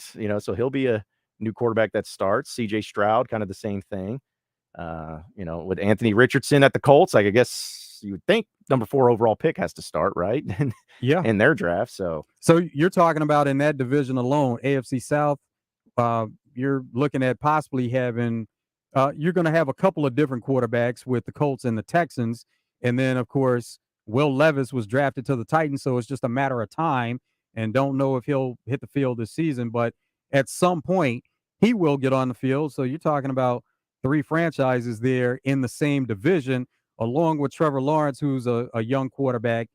There's going to be a lot of young quarterbacks playing in that division. But the league as a whole, it probably usually is about a quarter of the league where you have turnover and starting quarterbacks. Between the 3 teams that you're mentioning, obviously Jacksonville and Trevor Lawrence there too, but who do you think will have the best first year with those first-year quarterbacks? Or at least between like the Texans and the Colts, for instance? Like, would it be the Colts because they have a better roster around them? Or, like who will be the one that steps out and has a bigger, nicer year in year one? That's tough. Between the 2 of them. I know. But maybe the Colts, because Shane Steichen, he has that system in place that they played with in Philadelphia, Jalen Hurts, and you get some of those same kind of talents out of Anthony Richardson, who he's a great runner. He has a big arm. Now, his problem is accuracy and control, but he throws a great deep ball. And if you can kind of get him to come up to speed on the mechanics, which that takes place with all rookie quarterbacks anyway, there's a growing period. And it's not going to be any different for him than it is for any other rookie quarterback. But maybe lean towards the Colts. Yeah, I would probably go with that too. The Anthony Richardson pick is it's a fascinating one because I feel like the upside is so large, but then there's so many people that didn't feel good about it, and so it could be bad. I don't know, but either way, he's a great gifted athlete, and a guy that could really turn it around. And just it seems like, more so now, and I think, no, we've talked about this, but when you have young quarterbacks coming in, the acclimation for them to get in and get it going, not saying, oh, year one, go to the playoffs, but it's incredible seeing how quickly they adapt where, before in the NFL, just because of the staunch difference between the college game and the NFL game, man, you're talking about a few years before some of these big time players would be able to see the field or be ready to see the field. And they'd have to sit behind other quarterbacks too. And it's like not the case anymore. It's like, hey, if we draft you in the first round, you're starting game one, and we're expecting in the next 2 or 3 years to you be the guy and make it happen for us. So makes it Oh, quick. absolutely. That is about the grace period. So you get the rookie season, and everybody expects mistakes. Then they want to see major growth from that first to second season. So whether that's a quarterback that sat his entire rookie year and second season, maybe he gets some playing time at the end of the rookie year, but majority of the time in that second season, from the second to third year, they want to see major growth. So you get about 2 years as a grace period, but by that third season, that's where they really want to see some big time improvements on the field. We're going to hit the commercial break real quick. First Arkansas Bank Interest text line, though, said from 501 says, I'm sorry, I caught the end of it, but is Josh no longer with the Buzz? He is with the Buzz. So want to make that clear. He is still with the Buzz. He's still employed here. There's no problems there. So don't think anything otherwise. He's good to go. He's good to go on that front. So wanted to clear that up. But we have to take a commercial break. When we come back, we'll get to your Razor Hog update presented by True Service. Get to hear from Courtney Deifel as they're starting up their SEC tournament play today. Because of the whole rain situations, made that very interesting. We'll have some Razorback baseball tickets to give away and keep it moving on a Trash Talk Thursday here on Out of Bounds. So stay tuned.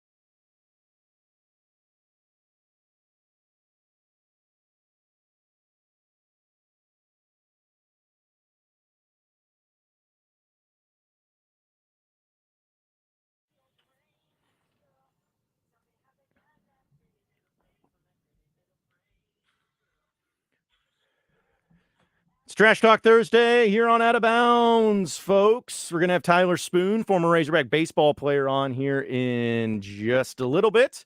We'll get a chance to catch up with him and what he thinks about the Razorback baseball team and what it has going on right now. And we also have a few comments, or at least we had a comment here on our live stream too, which again, video streaming is pretty cool. Apparently that's what Mark says on our Facebook page. He says, yeah, this is pretty cool. Yeah, it is pretty cool, isn't it?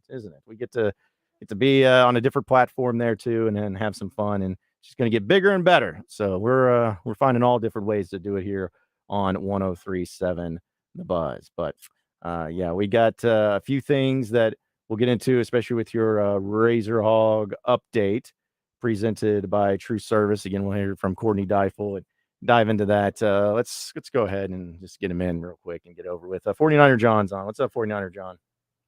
Boy, I can hear the excitement in your voice, John. Yeah. Oh, Lord. Oh, it's bleeding through the airways, brother. How you doing, John? I'm fine. You know, John, when it comes to comments and everybody getting in trouble because of their mouths, alcohol and anger makes people's true colors come out. I always remember that, John. Noted. Alcohol and anger. And listen, Mike Anderson, what he's going through is a travesty. It's so amazing. They want to take his money. No kind of controversy. He just couldn't get the job done, in my opinion. Maybe I missed something. But then you got a guy named Bob Huggins. He says a racial slur, whatever you want to call it. He offended someone.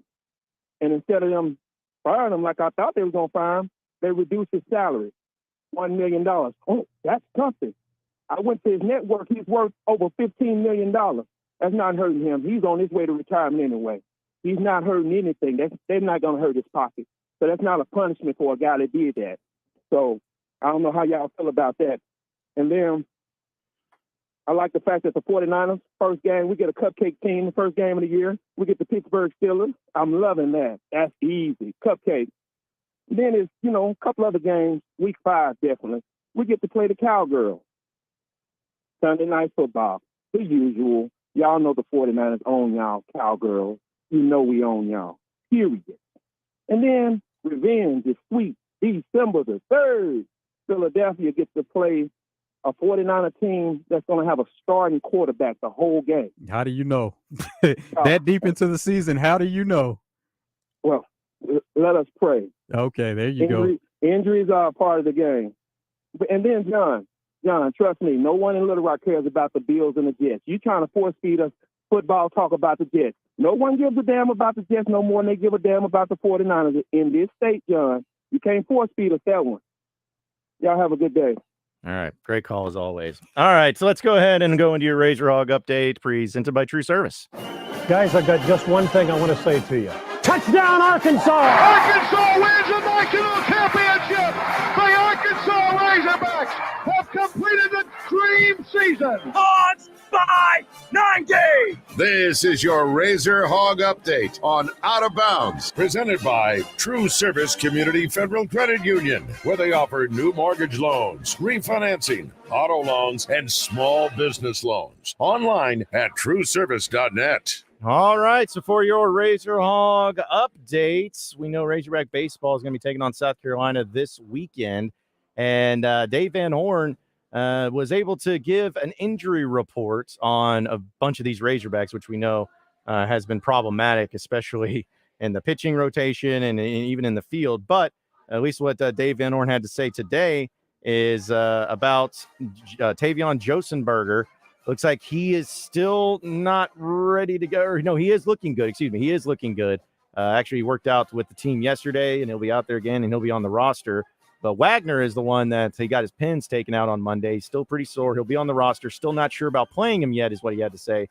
He's not swinging the bat with the team at all just yet, so highly unlikely that it'll happen this weekend. Peyton Stovall, our guy Peyton Stovall, joins us every Monday. His shoulder, according to Dave Van Horn, says his shoulder's not doing great. Says so probably not going to put him in the roster as of now, but we'll see how that goes, which is unfortunate because I know when we had Peyton on Monday, he was excited about getting back out there and felt good about him playing this weekend, but it looks like what he's dealing with his shoulder is just a little too much. Brady Tiger, though, he continues to get back and more and more. I expect after, of course, Hagen Smith being announced the Friday starter, that Brady Tygart will also be the Saturday starter, and we'll see how many innings that he can go, but expect that to happen there as well. But everybody else is still going through it, but it looks like as far as the two players out in the field that will not be participating, looks like Wagner and Stovall will be the ones. But as we talked about, next man up mentality, they've done a fine job without it, and they're going to try to keep it moving on. That's for sure. Also, Razorback softball getting it going today as they had the SEC tournament there in Fayetteville. And here's what head coach Courtney Dyfel had to say about having the SEC tournament in Fayetteville instead of being on the road. I think that it's obviously different because you can't just come and go as you please. So that's one thing. We can't just practice on our field. Like yesterday, we had 35 minutes on our field, which we understand, because we're putting on a tournament where a lot of teams need to practice. The one thing that, quite honestly, I didn't really account for because we'd never had to experience it is our players are still in finals. And so when you're in town, you're still dealing with finals today and trying to schedule finals around practice. Whereas if we're on the road, they would have already been done and, coordinated to do it before we had to go on the road. And so that's one thing that I didn't really take into account of, just being home. You don't have necessarily the ability to do it earlier before the tournament starts. You're in town. So they're still getting pulled in a lot of directions. They still have their minds on finishing the semester academically. And so that's more of the, how it affects them more than anything right now. Also, she was talking about what's the point of having a successful SEC tournament and how do they go about doing it? For us, it's just honestly staying in the moment. I think that if you've watched us closely or us being in it, when we're firing, we can beat anybody. When we get too worried about anything that's outside of where our feet are, we start to get out of ourselves. And so that's been the constant conversation as we move through the postseason is we've learned those lessons of how to get back into the moment. And that's going to be the key for us is just competing in the moment that we're in. Well, the game that they're going to play today is reportedly against Alabama and reportedly going to be happening at 7 p.m. I always say that because of the rain delays. It's been pretty tough for them, but should be a great matchup and a great weekend up in Fayetteville. And there's your Razor Hog update presented by True Service. And as part of that, let's go ahead and do this. We got a pair of Razorback baseball tickets to give away right now for Sunday's game against South Carolina, Mother's Day. So if you don't have a gift right now for your mother, how about a pair of Razorback tickets where you as the son or daughter can take your mother over there to the game? Be the third caller right now at 501-661-1037. 501-661-1037. Be the third caller. We'll get you hooked up with those tickets for Sunday's game, and we'll keep it moving here on Out of Bounds in the third hour. You won't want to miss it because we got Tyler Spoon, former Razorback baseball player, joining us next on Out of Bounds on Trash Talk Thursday, so stay with us.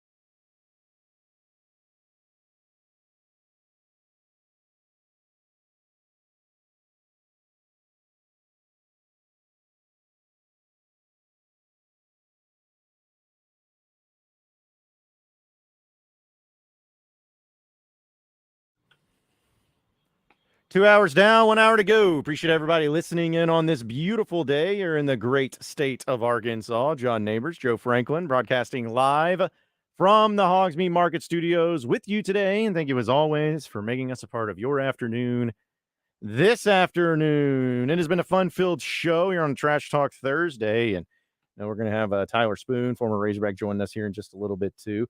But again, wanted to shout out to Hogs Meat Market for having us over there for lunch today. And folks, if you haven't had a chance to get over there off of JFK in North Little Rock, you're missing out, because not only they have all the great meats and all the different types of meats that you probably never even heard of. They got it going on there too, and they always have monthly specials and daily specials. But they got a patio, and you're like, what do you need a patio for a meat market? Well, it's because it's more than a meat market. They got food that they'll cook up for you, whether it's hot dogs and brats and burgers and sandwiches, and they got appetizers to go along with it too. They even got some desserts that have them. They have kids meals. It's like a restaurant within itself. So restaurant, and they even have beer there that you can buy and to go along with that as well. So, but yeah, it was awesome to go out there, and they're great setup, and we appreciate them once again being a part of the studio sponsorship here as part of the Hogs Meat Market, because we've been Hogs Meat Market Studios for almost the entire time I've been here. So about 3 years, it seems like. So we appreciate their business and appreciate all the things they do, and not only for our show, but here on the station too, and being able to go out there as well. Get by there, get all the meats you need, but they're much more than that, where you can have breakfast there, you can have lunch, and they even have some of those lunch menu items where you can take those home for dinner. So just get by there and check it out and see what it's all about. But that patio area, it is nice to sit out there and watch some TV and just enjoy the scenery. Absolutely. Absolutely. And also as a reminder too, folks, on Saturday, BuzzBQ, that's just 2 days away. BuzzBQ is going down, presented by Double B's, and it's going to be right there at the North Little Rock RV Park. So make your plans to get out there. It's $10 a person for tickets, and which is a deal. In fact, it's a steal, because when you get out there, you're going to have all the festivities, got live music. We're going to have a bunch of the Buzz people out there, and of course, get to walk around and test out a lot of the great barbecue that everybody's made. And sometimes you get to check out the sauces too. Very unique stuff, and some stuff that is just always amazing. So you can check it out again on buzzbq.com. And kids 8 and under get in for free. So bring the whole family along, as it's always a great time to get out there and to check it out. It's amazing. It's already here, just 2 days away. Sitting there with, of course, every time we go, it's one of our favorite events to go to. We love all of our events that we have here at the Buzz, but anytime that you can have a barbecue to go along with it, and different people making it, it's always a lot more enjoyable. And the fact that we have every spot that gets taken up as far as the teams go, you're talking about 60 teams out there. I mean, that's awesome. It just shows you how many people love being a part of it, and people come from not just here in the state of Arkansas, but just all across the board to check it out there too. So again, really an awesome event, and something that's really cool. But either way, also wanted to mention that Slim Chickens of Central Arkansas is one of our new sponsors this year, and they're going to be sponsoring the Grand Champion Trophy. And we really appreciate them being a part of it, because I've always loved Slims, and they've been awesome. In fact, they got me through college a lot of times. The Sunday after the night out on Dixon Street, Slims was always the best type of meal to go to. So we appreciate them being a part of it, as well as being the sponsor now of the Grand Champion trophies, which those trophies are massive. Like it's not just like, oh, here you go, here's a little dinky one that you got when you're in T-ball. It's like, no. Those things are something that's like, you're going to need a trophy case for it, because it is that big, and it is that like magical, and how big time it is too. Yeah, we have winners that they'll win from the previous year or years past, and they'll come back and display those trophies to let you know that they won something in the past. Oh yeah, it's got a lot of bragging rights to go along with it too. So but yeah, it's going to be a great event. It's going to be so much fun. I can't wait. I'm actually going to be going up to Fayetteville tomorrow. I'm leaving tonight, but going to be up there tomorrow for the Razorback baseball game. So looking forward to that against South Carolina on Friday. And we know that it's a big series for Arkansas. Hagen Smith's going to get the start, and South Carolina's been up and down, which is just crazy to think about. It's like, oh, they've been up and down. They struggled a little bit, but yeah, they're still number 6 in the country. So, it's like, okay, so what are you going to do about that? Well, they're still really good, but hopefully with Arkansas' sake, they can get this one out of the way. And I'm not saying Vanderbilt won't matter, because you'll still want to win that series, especially if you know what's on the line. If you could win the SEC regular season, or at least win the SEC West, you still want to take care of business in that regard. But that being said, it would also be nice for them to go out there and take care of business this weekend. So then you don't have to worry about, at least in the next weekend, trying to fight for that national seed and get as high of a seed as you can. Like that would be something that would be extremely beneficial to them and making it possible. So also, Asher Record Life fan feedback comes from Kit. He says, "Hey fellas, love the show as always. Do you think speeding up the game and a faster pitch clock could contribute to some of the injuries to our pitchers that we've been having?" I don't know about that, but we can talk about that later. Instead, let's go to the phone lines as we have Devo on the line. As in Devo Davis is on the line. Devo, what's up? What's up? What's up? How y'all doing? Man, Doing good. We're doing great, Devo. I mean, missing it. It's great to hear from you, and appreciate you calling in, man. Just how's everything been going? I know you're getting ready for the NBA and pro and everything. So just how's life been treating you? Yeah, everything's good right now. Here I'm back at home for a little bit. Taking on the family at Wings Takeout right now with my guy 49 John. It's my guy. So I hear with him and Stefan. I hear at Wings Takeout can give you some great wings. How about that? So Devo, what's the plan? You gonna stay here and train for a bit, or are you going off somewhere to train? So I'm training. I'm in training with Coach Antonio right now. One of my former AAU coaches, training with him right now, and so right now just training and waiting, for a little bit. So also, Devo, is there a certain I know, but you have decisions to make, but have you even thought that far ahead as far as when the decision will be to stay and forego your eligibility, or when you come back? Do you have like a timeline, or is it just kind of up in the air right now, taking it day by day? Yeah, taking it day by day. Really, I will for sure figure it out pretty soon. Just knowing that I got to prepare for whatever I'm going to do, and so I want to make sure I'm able to prepare the right way. And Devo, you'll be so it's not a timeline, but it's not a timeline, but I for sure know I know in a few weeks exactly what I'm gonna do. Devo, you'll be happy to know that we're all family here. We Guadney Chevrolet is one of our supporters also. So big ups to Guadney Chevrolet for supporting you and supporting the buzz here. So we're all family. Thank you. A big shout out to 49 Joint, and also I want to shout out to Wings Takeout for sure. All right. Well, Devo, hey, we appreciate you calling in, man. Good luck the rest of the way. We're rooting for you. All right. Enjoy that food too. Yes, sir. Thank y'all. All right. Appreciate it, Devo. Well, how about that? Devo Davis calling in, letting us know about it. First time 49er John's actually contributed something of worth. Thanks to 49er John. Devo was there, and he said, man, you guys talk to Devo. We'll call in. Yeah. Well, like I said, that was we appreciate it. That was a good one. I'll give him props and credit for that one too. So but hey, it's fun to know with Devo and the situation that he's in, where he's got his options available to him, and as he said, there's no timeline of when he's coming back or when he's moving on. It's just he's taking it day by day, and that's what you got to do, and that's where the importance comes into play, because I know that's something that they're going to be, at least Razorback fans, constantly checking out and constantly trying to see if that ends up happening for him, because I think everybody would love to have him back if he does come back. I know I would. What he's been able to contribute to the Razorbacks over the past 3 seasons has been nothing short of awesome. And now you got a certain situation with him where he has an opportunity to possibly move on and go pro. And if he does that too, he'll have the support of Razorback Nation no matter what. But still, it's good to hear from Devo. But right now, we got to talk some Razorback baseball, because just like we have every single Thursday, we have former Razorback Tyler Spoon. So let's go ahead and welcome him in. Fly ball to left center field. That's going to be trouble. Spoon chasing after it. Can he get there? He dives. He caught it. Did he catch it? He caught it. Holy smokes. Tyler Spoon just made the greatest catch of his career. Former Razorback outfielder Tyler Spoon, gone out of bounds, is presented by First Horizon Bank. With First Horizon Bank grant programs, you may qualify for up to $12,000 in discounts on your next mortgage loan. Apply online at firsthorizon.com. First Horizon is an equal house lender and member FDIC.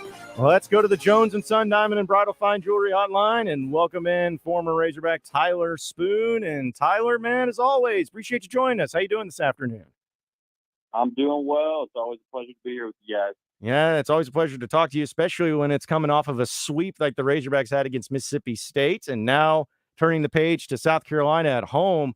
I know that there's 2 series left. They still got postseason, which we know is the most important, but it's really, really tough to look at this Razorback team and not be so impressed by what they continue to show each and every weekend, and knowing about the injuries. But still, this is a team that obviously has a great culture and a great toughness and grittiness about them, to where they just continue to get the job done whenever anybody starts doubting them. Yeah, it's again, that's just what DVH instills into you. And when you get on campus, is you're going to be tough, you're going to be blue collar, you're going to show up and work every day and earn your spot. And there's 27 guys fighting for a spot. And next guy up. Everyone's gone down, but someone stepped in and done a really good job just filling in those holes. And I mean, this last weekend was about as good of a weekend as you could have ever asked for, especially considering the circumstances, who's out, who's injured, and just having guys come in and step up and play well. I mean, it's huge for us and makes these next 2 weekends a lot less of a load on our shoulders, looking at a national seed, position, so here in a few weeks. Tyler, coming off that sweep on the road, and they played so well at home, how do you kind of temper expectations there and make sure everybody is on the same page to keep it going and to keep playing well while you're at home? Yeah, you just keep the momentum. I mean, anytime you go on the road and win a series, let alone sweep, that's a lot of momentum right there. It doesn't matter where you go. I mean, it's winning a series on the road in the SEC is so difficult. It does not matter if they're ranked, unranked, bottom of the pack in the SEC, whatever. So that's just going to create a lot of momentum. And we're finally to that point where we have no more midweek games, so guys can kind of rest in the week, and we don't have to worry about pitchers throwing a little bit, maybe too much or whatever it is. Everybody can get rested, and we can focus on this SEC series this weekend. So, but yeah, you just got to keep the momentum going, just keep the good, good vibes going, and you're coming off of playing well. You just got to keep it going. You're facing a South Carolina team that you could potentially be catching at the right time. Just they haven't been playing as well lately, but we know fully well what they're capable of as well. So you just got to keep the momentum and try to get on them early and try to win 2 out of 3 this weekend. So, Tyler, I know that's asking to dive into the mind of Dave Van Horn, maybe a lot to ask anybody, but since you played for him, do you think that you understand maybe the mentality that Dave has, especially in these final 2 series? Because Arkansas right now looks like, they're in solid position for a national seed, especially if they win this series this weekend. And I know it's about resting and you don't want to let up, but how do you think Dave is handling these final 2 weekends where they know they're in great spots, but you want to make sure that everyone stays healthy, but not overshooting yourself? Just how do you think he manages that these final 2 weeks? Well, he's definitely going to manage to win no matter what. I mean, he's a competitor. He doesn't want to lose at all, especially at home. We're going to find a way to put the best product on the field, but I think it also just, thinking long term, it kind of gives Wagner and Josenberger and some of those guys just a little bit more rest that, maybe if they were pushing to try to come back this weekend, it's like, hey, let's just be 1,000% sure. Let's give you another week, whatever it is. And I don't know what the case is going to be, if they're going to play or not this weekend. I have no idea. So it gives you a little bit more breathing room just to rest those guys another week. But at the same time, he's going to do whatever it takes to win 2 out of 3 this series and, kind of solidify a national seed, so to say. Brady Tygart is slowly getting back to form where he's played a bit here and there in spots. So how do you handle Brady Tygart at this moment moving forward, continue to progress coming back from the injury? Yeah, I think they're doing a great job. I'm sure they have their plan. It's probably 30 pitches, then 40, then 50, then 60, and work up to where maybe he starts a game and go. He's kind of our starter by the time regionals come around. And he goes 5-6 innings, and that's all you need from him. And he's going to be on a pitch limit, which again, you gotta protect him first, but also we're going to use him to the best of our as much as we can and just take advantage of his arm. And so I think what they've done is just been brilliant, just throwing him, letting him start and letting him get out there early and not have to come in the 7th inning of an SEC game and try to figure it out when he hadn't pitched in a few months. So it's going to be huge to have a weapon like that. Just give a little bit of relief to the bullpen too, and just anytime you get another arm that you can count on, it just makes everything a lot easier for the entire staff. Speaking with former Razorback Tyler Spoon here on the Jones and Sun Diamond and Bridal Fine Jewelry Hotline, thanks to First Horizon Bank of Arkansas. So, Tyler, at least it looks like with some of the guys, Josenberger might be coming back this weekend as he's been dealing with injury, but looks like Wagner's still going to be held out, and also Peyton Stovall with some shoulder, deal. Is he still going to be held out this weekend too? But Josenberger is the one I want to ask you about, because obviously being an outfielder too, he's been pivotal. What do you think about his game and just what he adds to the Razorback team when he can come back this weekend and make some noise, not only in the field but also in the batter's box too? Yeah, he's a playmaker. He's a difference maker on this team. I mean, anytime you have a guy in the top of the lineup that sees a lot of pitches and draws walks and gets hits and just he's a true leadoff guy in a game where you don't have as many of those anymore, and it's just very, very valuable. Kind of sets up those guys behind him like Morfin and Diggs, and just to be able to drive some runners in. McLaughlin now too, he's been playing unbelievable. But just someone that can get on base and allow those guys to use that bat and drive those runs in. It's huge, and especially early in the game, you get him on base early, and we can attack early. It's just, again, from an offensive perspective, it's just such an advantage to have a guy like that. And defensively, you get to move Borfin back to where right field's probably a little bit more of his natural place, and it just kind of shifts things around to where Josenberger's just an elite defender in center field. And anytime you get an elite defender, not saying Borfin's not, but I think Josenberger's just really, really good.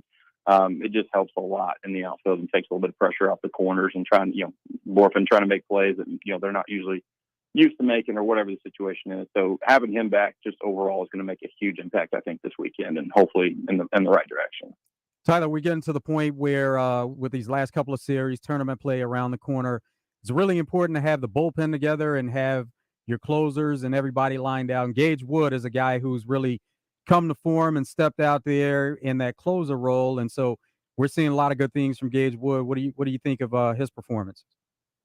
Yeah, he's been unbelievable. And this is kind of the guy they thought they were getting in the fall. And I mentioned this last week where, he was kind of their top guy. Like, hey, you're going to be the back end of the bullpen. You're going to hold it down for us. And so this is they're kind of getting into that form. He's getting into that form where this is the guy they thought they were getting. And again, he's 18 years old, 19 years old. He's a freshman. So it was going to take some time for him to get adapted, but the good ones find a way to get over that hump and make a difference. And that's what he's done. And you're going to be challenged in that freshman year. It doesn't matter how good you are, how bad you are. It doesn't matter the situation. You're going to get challenged, and the good ones overcome it and find a way to compete and be really good. And that's what he's done. And it's been very, very important for us just having that back end guy in the bullpen where he can come in the 7th, 8th, or 9th or whatever it is and just get 2 or 3 lockdown innings when we need it. So Tyler, I know that obviously you don't want to win these 2 series in the regular season, but is there something you'd like to see though from the team? Obviously, getting healthy would be good too, but some maybe you'd like to see more of, maybe a little bit more consistency in some areas, just maybe some things that you'd like to see the team finish strong with in the regular season.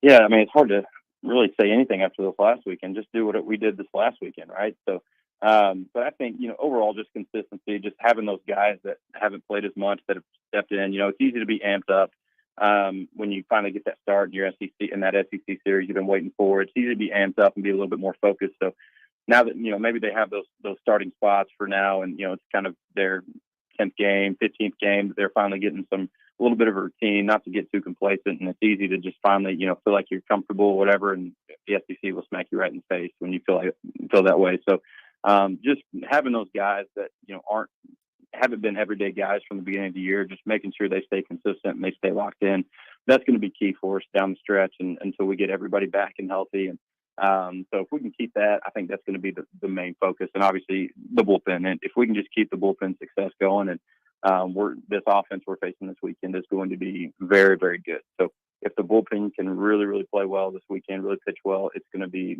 a huge confidence boost for this team and this bullpen moving forward, which is really what you want going into the postseason. Real quick, Tyler, before I let you get out of here, did you played South Carolina? I'm assuming, right, when you were playing with Arkansas. So what do you remember just about playing them and not only the coaching but just maybe the style of team that they are? Yeah, I remember. Gosh, that was my first SEC series that I played in 2013, and it was on the road in Founders Park. They were a top 10 team, and I think we were like around 20, 23, somewhere around there. We went in and swept them. I mean, it was just, we went in there, played out of our minds, and, they're a good team. I mean, they're always scrappy. They always compete at the plate. They're always going to pitch well. So it's going to be a team that you're going to have to earn everything you get. And they don't make a lot of mistakes. They've done, again, their offense has been really, really good. So, but I just remember them being very scrappy, competitive. They haven't necessarily had the bats that they have this year. So, I think it's a little bit different style of team with like Petrie in the middle of the lineup, and he's got 21 of them or whatever it is. So it's going to be a really tough challenge for us. But again, it's going to be the same. They can really pitch, good bullpen. They're going to play defense, and they're going to get after you at the plate. So we've got to be locked in and be ready to roll from pitch one. Well, it should be a great weekend, and hopefully Arkansas takes care of business in their final regular season home series in the SEC against South Carolina. Tyler, as always, man, we appreciate you joining us. Great stuff. Enjoy the weekend, man, and hopefully we catch up with you next week talking about another series victory heading into the last regular season games against Vanderbilt. Should be a great one. Yeah, it'll be a good one. It'll be a good stretch to end this year. So I appreciate you guys having me. Absolutely, and appreciate you, Tyler, and also First Horizon Bank for making it possible.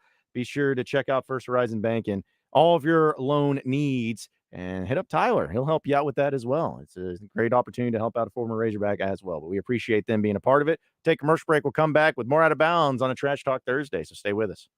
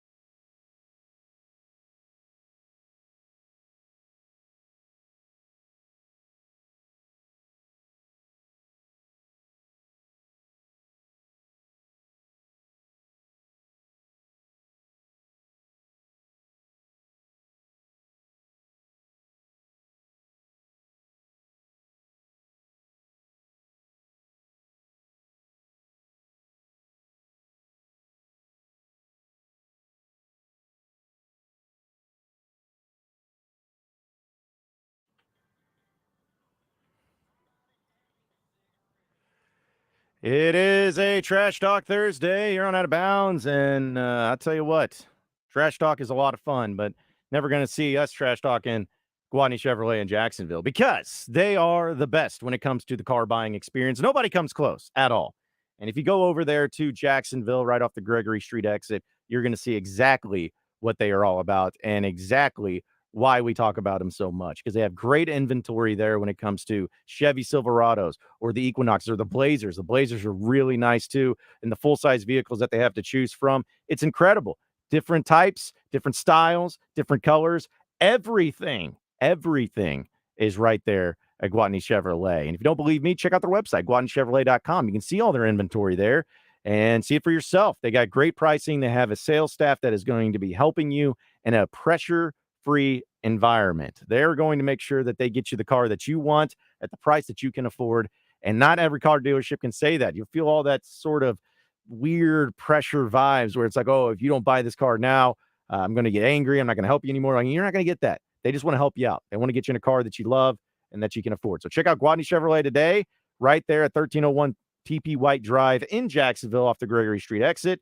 And you can also shop them online at GuadneyChevrolet.com. Again, it's been a great Trash Talk Thursday as we've been moving through. And here's the thing. We got a final pair of tickets for Razorback baseball on Sunday, right? Are we done for okay, so we gave them away. I guess I was a little, so don't call in. Don't do that. For some reason, I thought we had another pair, but that's okay. Hey, that's great, though, because that means that we got plenty of people that are going to be checking out the Mother's Day game there on Sunday, and hopefully the weather holds up, and hopefully people will be able to check out the sweep that Arkansas is going to be going through. I was trying to check the weather, too, for this weekend in Fayetteville, and tomorrow, at least around the game time, it's going to be perfect, like absolutely perfect. But then Saturday, it's going to be a little cloudy, but doesn't look like it's any rain. But Sunday, slight chances of rain there in Fayetteville, but around game time, you should be good to go. So, point is, for all the games this weekend, if you're going to be making the trip up there, you should be good to go with avoiding the rain, and because we know rain and baseball, it doesn't really mix, rain delays and whatnot. So yeah, you have to make sure you play around it, whether you play earlier or later, or maybe even schedule double headers to avoid the weather altogether. But yeah, you can't play in rain.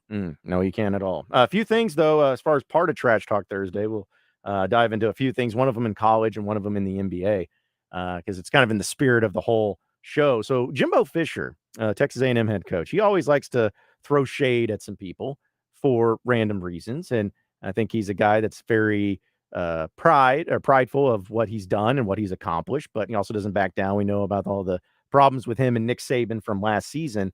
Well, it was quite hilarious because at the Fort Worth Aggies Club, whatever that is, but he was talking there, and he says there he's asked about TCU because he's there in Fort Worth, and of course TCU played in the national championship game, got beat pretty handedly by Georgia. They were asked about what he thought about him. He says, "quote Well, they stayed healthy, they had a lot of experience, and they got to where they had to get to." But then once they got a chance to take on the SEC, it all changed, didn't it? And of course, people took this comment in different places and start talking about. But I'm like, Jimbo, I understand that. Say, listen, you're part of the SEC, and we chant the SEC at times and everything. But man, like you've been getting beat up by SEC teams. Like you've been getting worked by SEC teams. And I mean, you didn't play Georgia last year, but if you did, I'm sure it would have gone maybe not to the 65-7, but still would have gone pretty badly for you too. So I don't know. I just think it's funny when coaches like Jimbo bring that up, and I'm like, man, why are you talking down to TCU? You would have gotten work. Like Georgia was just a machine that happened. As if the SEC, that any team in the SEC would have done that. No, Georgia would have done that. A&M, you wouldn't have beaten TCU last year. It wouldn't have happened. So I get that it's just for the situations of trying to get people hyped up into what he's talking about when it comes to those clubs and all of that. But I don't know. I just thought that was kind of a lame thing by Jimbo. It's like, oh yeah, get to the SEC. It's like, okay, you mean the best team in the country that you for sure couldn't beat, and you couldn't even beat TCU? You're going to be doing all that? Come on now. So that goes along with Trash Talk Thursday. Oh, I know. I said he had plenty of it to go around, but on the NBA side of things too, there was some other trash talk, which NBA and trash talk just go hand in hand also. But with Steve Kerr and talking about flopping, because Steve Kerr says that the NBA should take note from FIBA FIBA, on penalizing flopping. It says 100%. In FIBA, the referee has the ability to call a flop. It's very penalizing, and the results in the players that they just don't do it. So, he's kind of alluding to the Lakers and flopping. And, there was a few instances last night that looked like there was some flopping going on, especially from LeBron James. But it happens all around the league. It does. And LeBron was asked about those comments, and here's what his response was. I just know that we, our coaching staff and us players, we don't work on flopping. We don't. That's not even a part of our game. Our game is to attack the paint. We don't mind physical contact. We actually like the contact, and we don't shy away from it. So we're just not a team that goes out there and looking for flopping opportunities. It's just not us. It's actually never been any team that I've played on in my 20 years where we've been a flopping team. But it is what it is. They have the right to say what they want to say, but the game is always won in between the four lines, and we got to be better on Friday. I understand that you don't want to say, and no one is ever going to say, although I would like it, just be like, yeah, hey, we try to sell it a little bit on times, and if we can get the call, then it goes our way, then we're all for it. But I don't know. I just laugh when LeBron's like, we don't do that. We don't coach flopping or anything. He's like, in 20 years, team never run on a team that's ever had flopping. I'm like you said, Joe, it goes on everywhere. So now, are you doing flopping drills in practice? I don't know, maybe, but I just think it's one of those things that everyone sees, everyone knows it goes on, but yet it seems like no coach or no player is ever going to admit that it's like, yeah, I flop, or yeah, I flopped on that player. Yeah, I sold it a little bit more. It's just never going to happen at all. On Shaq and the Fool last night, they had a whole highlight reel put together on Joel Embiid and some of the hits that he's taking. And as big as he is, some of the players that he's getting hit by. And, of course, they had all the graphics to make fun of it. It was one where there was a baby that put his finger on him and it showed him fall over. But, yeah, it happens on every team. And there are certain players, some of them that get a reputation for doing it. So there are others, some that are known more so than others for it, but it happens all across the league. Now, do agree with Steve Kerr. They need to put some kind of penalty in place. Now, they have gone through measures to try to minimize it and bring it to a stop, but it hasn't worked to the effect that they wanted it to. So that's why maybe, like Steve Kerr is talking about, you go to more extreme measures to make sure you're able to take it out of the game for the most part. Yeah, I think that there would be, something that would be positive from that, because I don't think anyone wants flopping in the game, and they've tried to combat it too. But I don't know. It's just one of those things to where you have so many players that are so skilled and are so good, and they know that if there's some sort of advantage that they can get or they can have, they're going to take advantage of it. Like, that's just what they do in all sports. You see it in different sports too. If they sell something, like, and even in baseball. If it got grazed your arm or whatever, but it didn't really hit you, you're going to try to sell it. You're going to say, oh, no, it hit me. It hit me. You're going to have those things too. But yeah, the flopping side of stuff is just, it's a thing. And it's just, I guess it's made it hard for me to look at LeBron James. I know we're using him as the example, but I'm like, man, I just can't see, Steph Curry going up against you or somebody like that. And even with full force pushing you and you flailing like you do, it's like, and same with Joel Embiid. It's not to say that they don't get pushed and shoved or anything like that. But you could throw somebody's balance off. Yeah. Yeah. When the flopping, the flailing, and just look at, I'm just like, that just makes me laugh. I'm like, how can I take that seriously? How can I do that? But because Steve Kerr was talking about too, was like, I mean, come on, Steve. I know you're telling me your team's not done that before. Come on now. You're telling me Draymond hasn't sold some stuff here and there a few times. Come on now. We know better than that. But I guess that's just something that, if it happens a lot, especially in a game, especially in playoffs, you want to. I guess Steve Kerr's just trying to get his point across. He's like, hey, this is going on. Everybody, look, it's happening. So let's try to keep it from happening in the next game too. It's even funnier when it happens and play just keeps going on. And there were certain times in the game last night with Stan Van Gundy. He's one that will always call it out. He'll say, well, that player, he attempted to get a call there and he flopped and the refs didn't buy it and play just continued. Hey, by the way, speaking of the NBA on TNT last night, I didn't get to see exactly what was going on, but what was it with Shaq holding up papers and they just him and Chuck kept giggling about it. Oh, they were laughing about AD getting carted off in a wheelchair Okay. because of a head injury. Okay. So they were making fun of that, which, yeah, of course, AD has been injured quite a bit, and it's Right. always different injuries. And so as they're analyzing the game and they're talking about certain things, they're like, that's why Chuck was saying, hey, let's just move on. Let's talk about the other game. Want to talk about the Heat and the Knicks. And Ernie's like, no, we need to be able to talk about this one.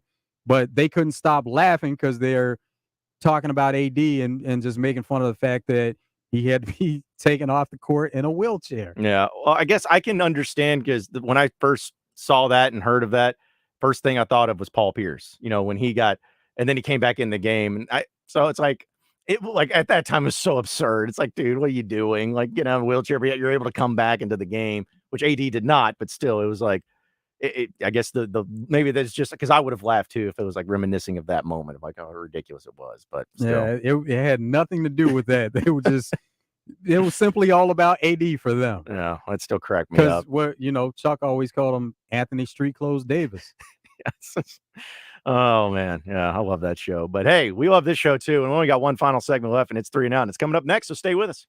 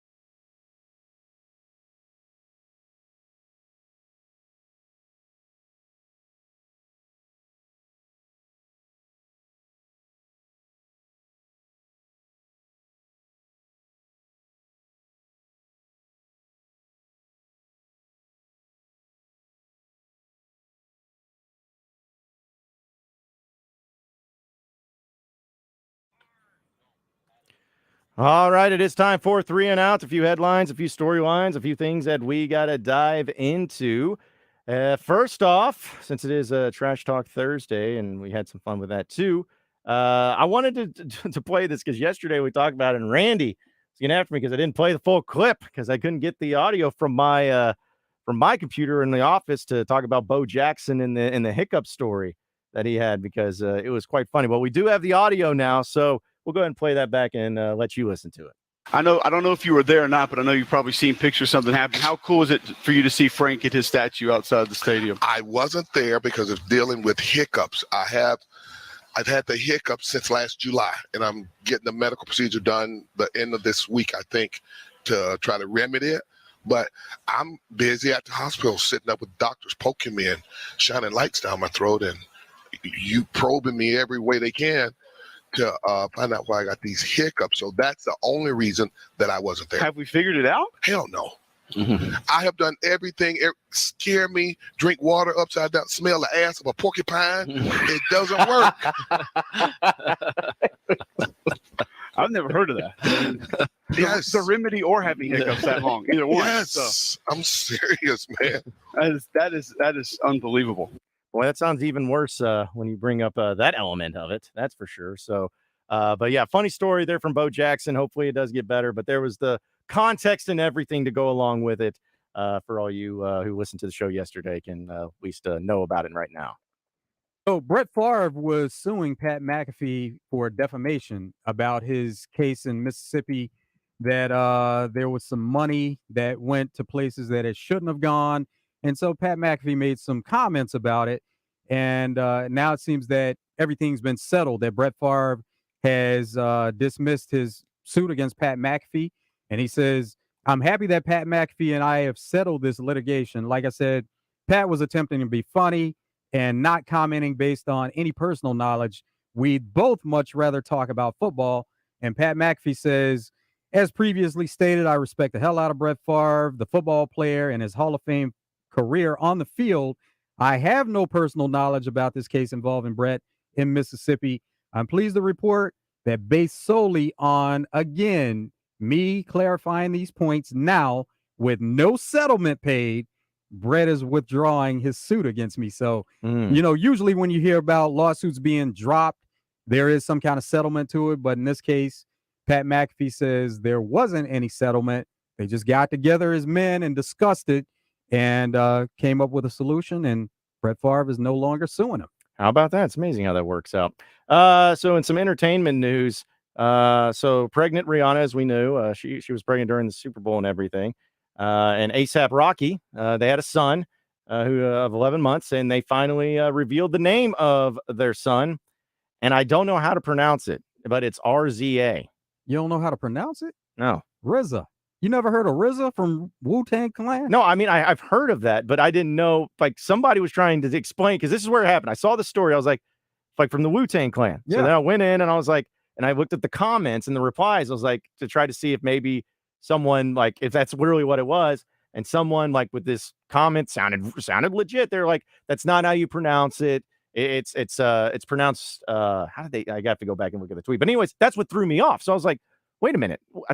If you spell it that way, it's got to be the Wu-Tang guy. It's got to be. They definitely named him after RZA. Thank you. Okay, so now that RZA, there you go. I was about to say that was throwing me off a little bit, but still, RZA is great. I love the name RZA. Makes it easy, makes it fun. So I thought that was a really cool little shout out there to the Wu-Tang Clan. So the Denver Nuggets, they're up 3-2 against the Phoenix Suns, and they're going to try to close the series in Game 6. Well, Jamal Murray, he is battling an illness, so he will be questionable for tonight's game against the Phoenix Suns. And we know that these games have been close, and even some of the games that have been on the road against the Suns have been really dynamic, especially with their scoring. And the Nuggets will need everybody in form tonight. But Jamal Murray is a really important piece of what they do, and he is questionable at this time, and looks like he'll be a game time decision as to whether he'll play Game 6 against the Suns tonight. So this was also from the entertainment news that Tom Cruise apparently was trying to shoot a shot with Shakira. Good move. I mean, he was out at the F1 race, and they were hanging out and caught on video and getting pictures and all that. But just according to also the paparazzi, they say that Tom Cruise is very and extremely interested in Shakira after they hung out.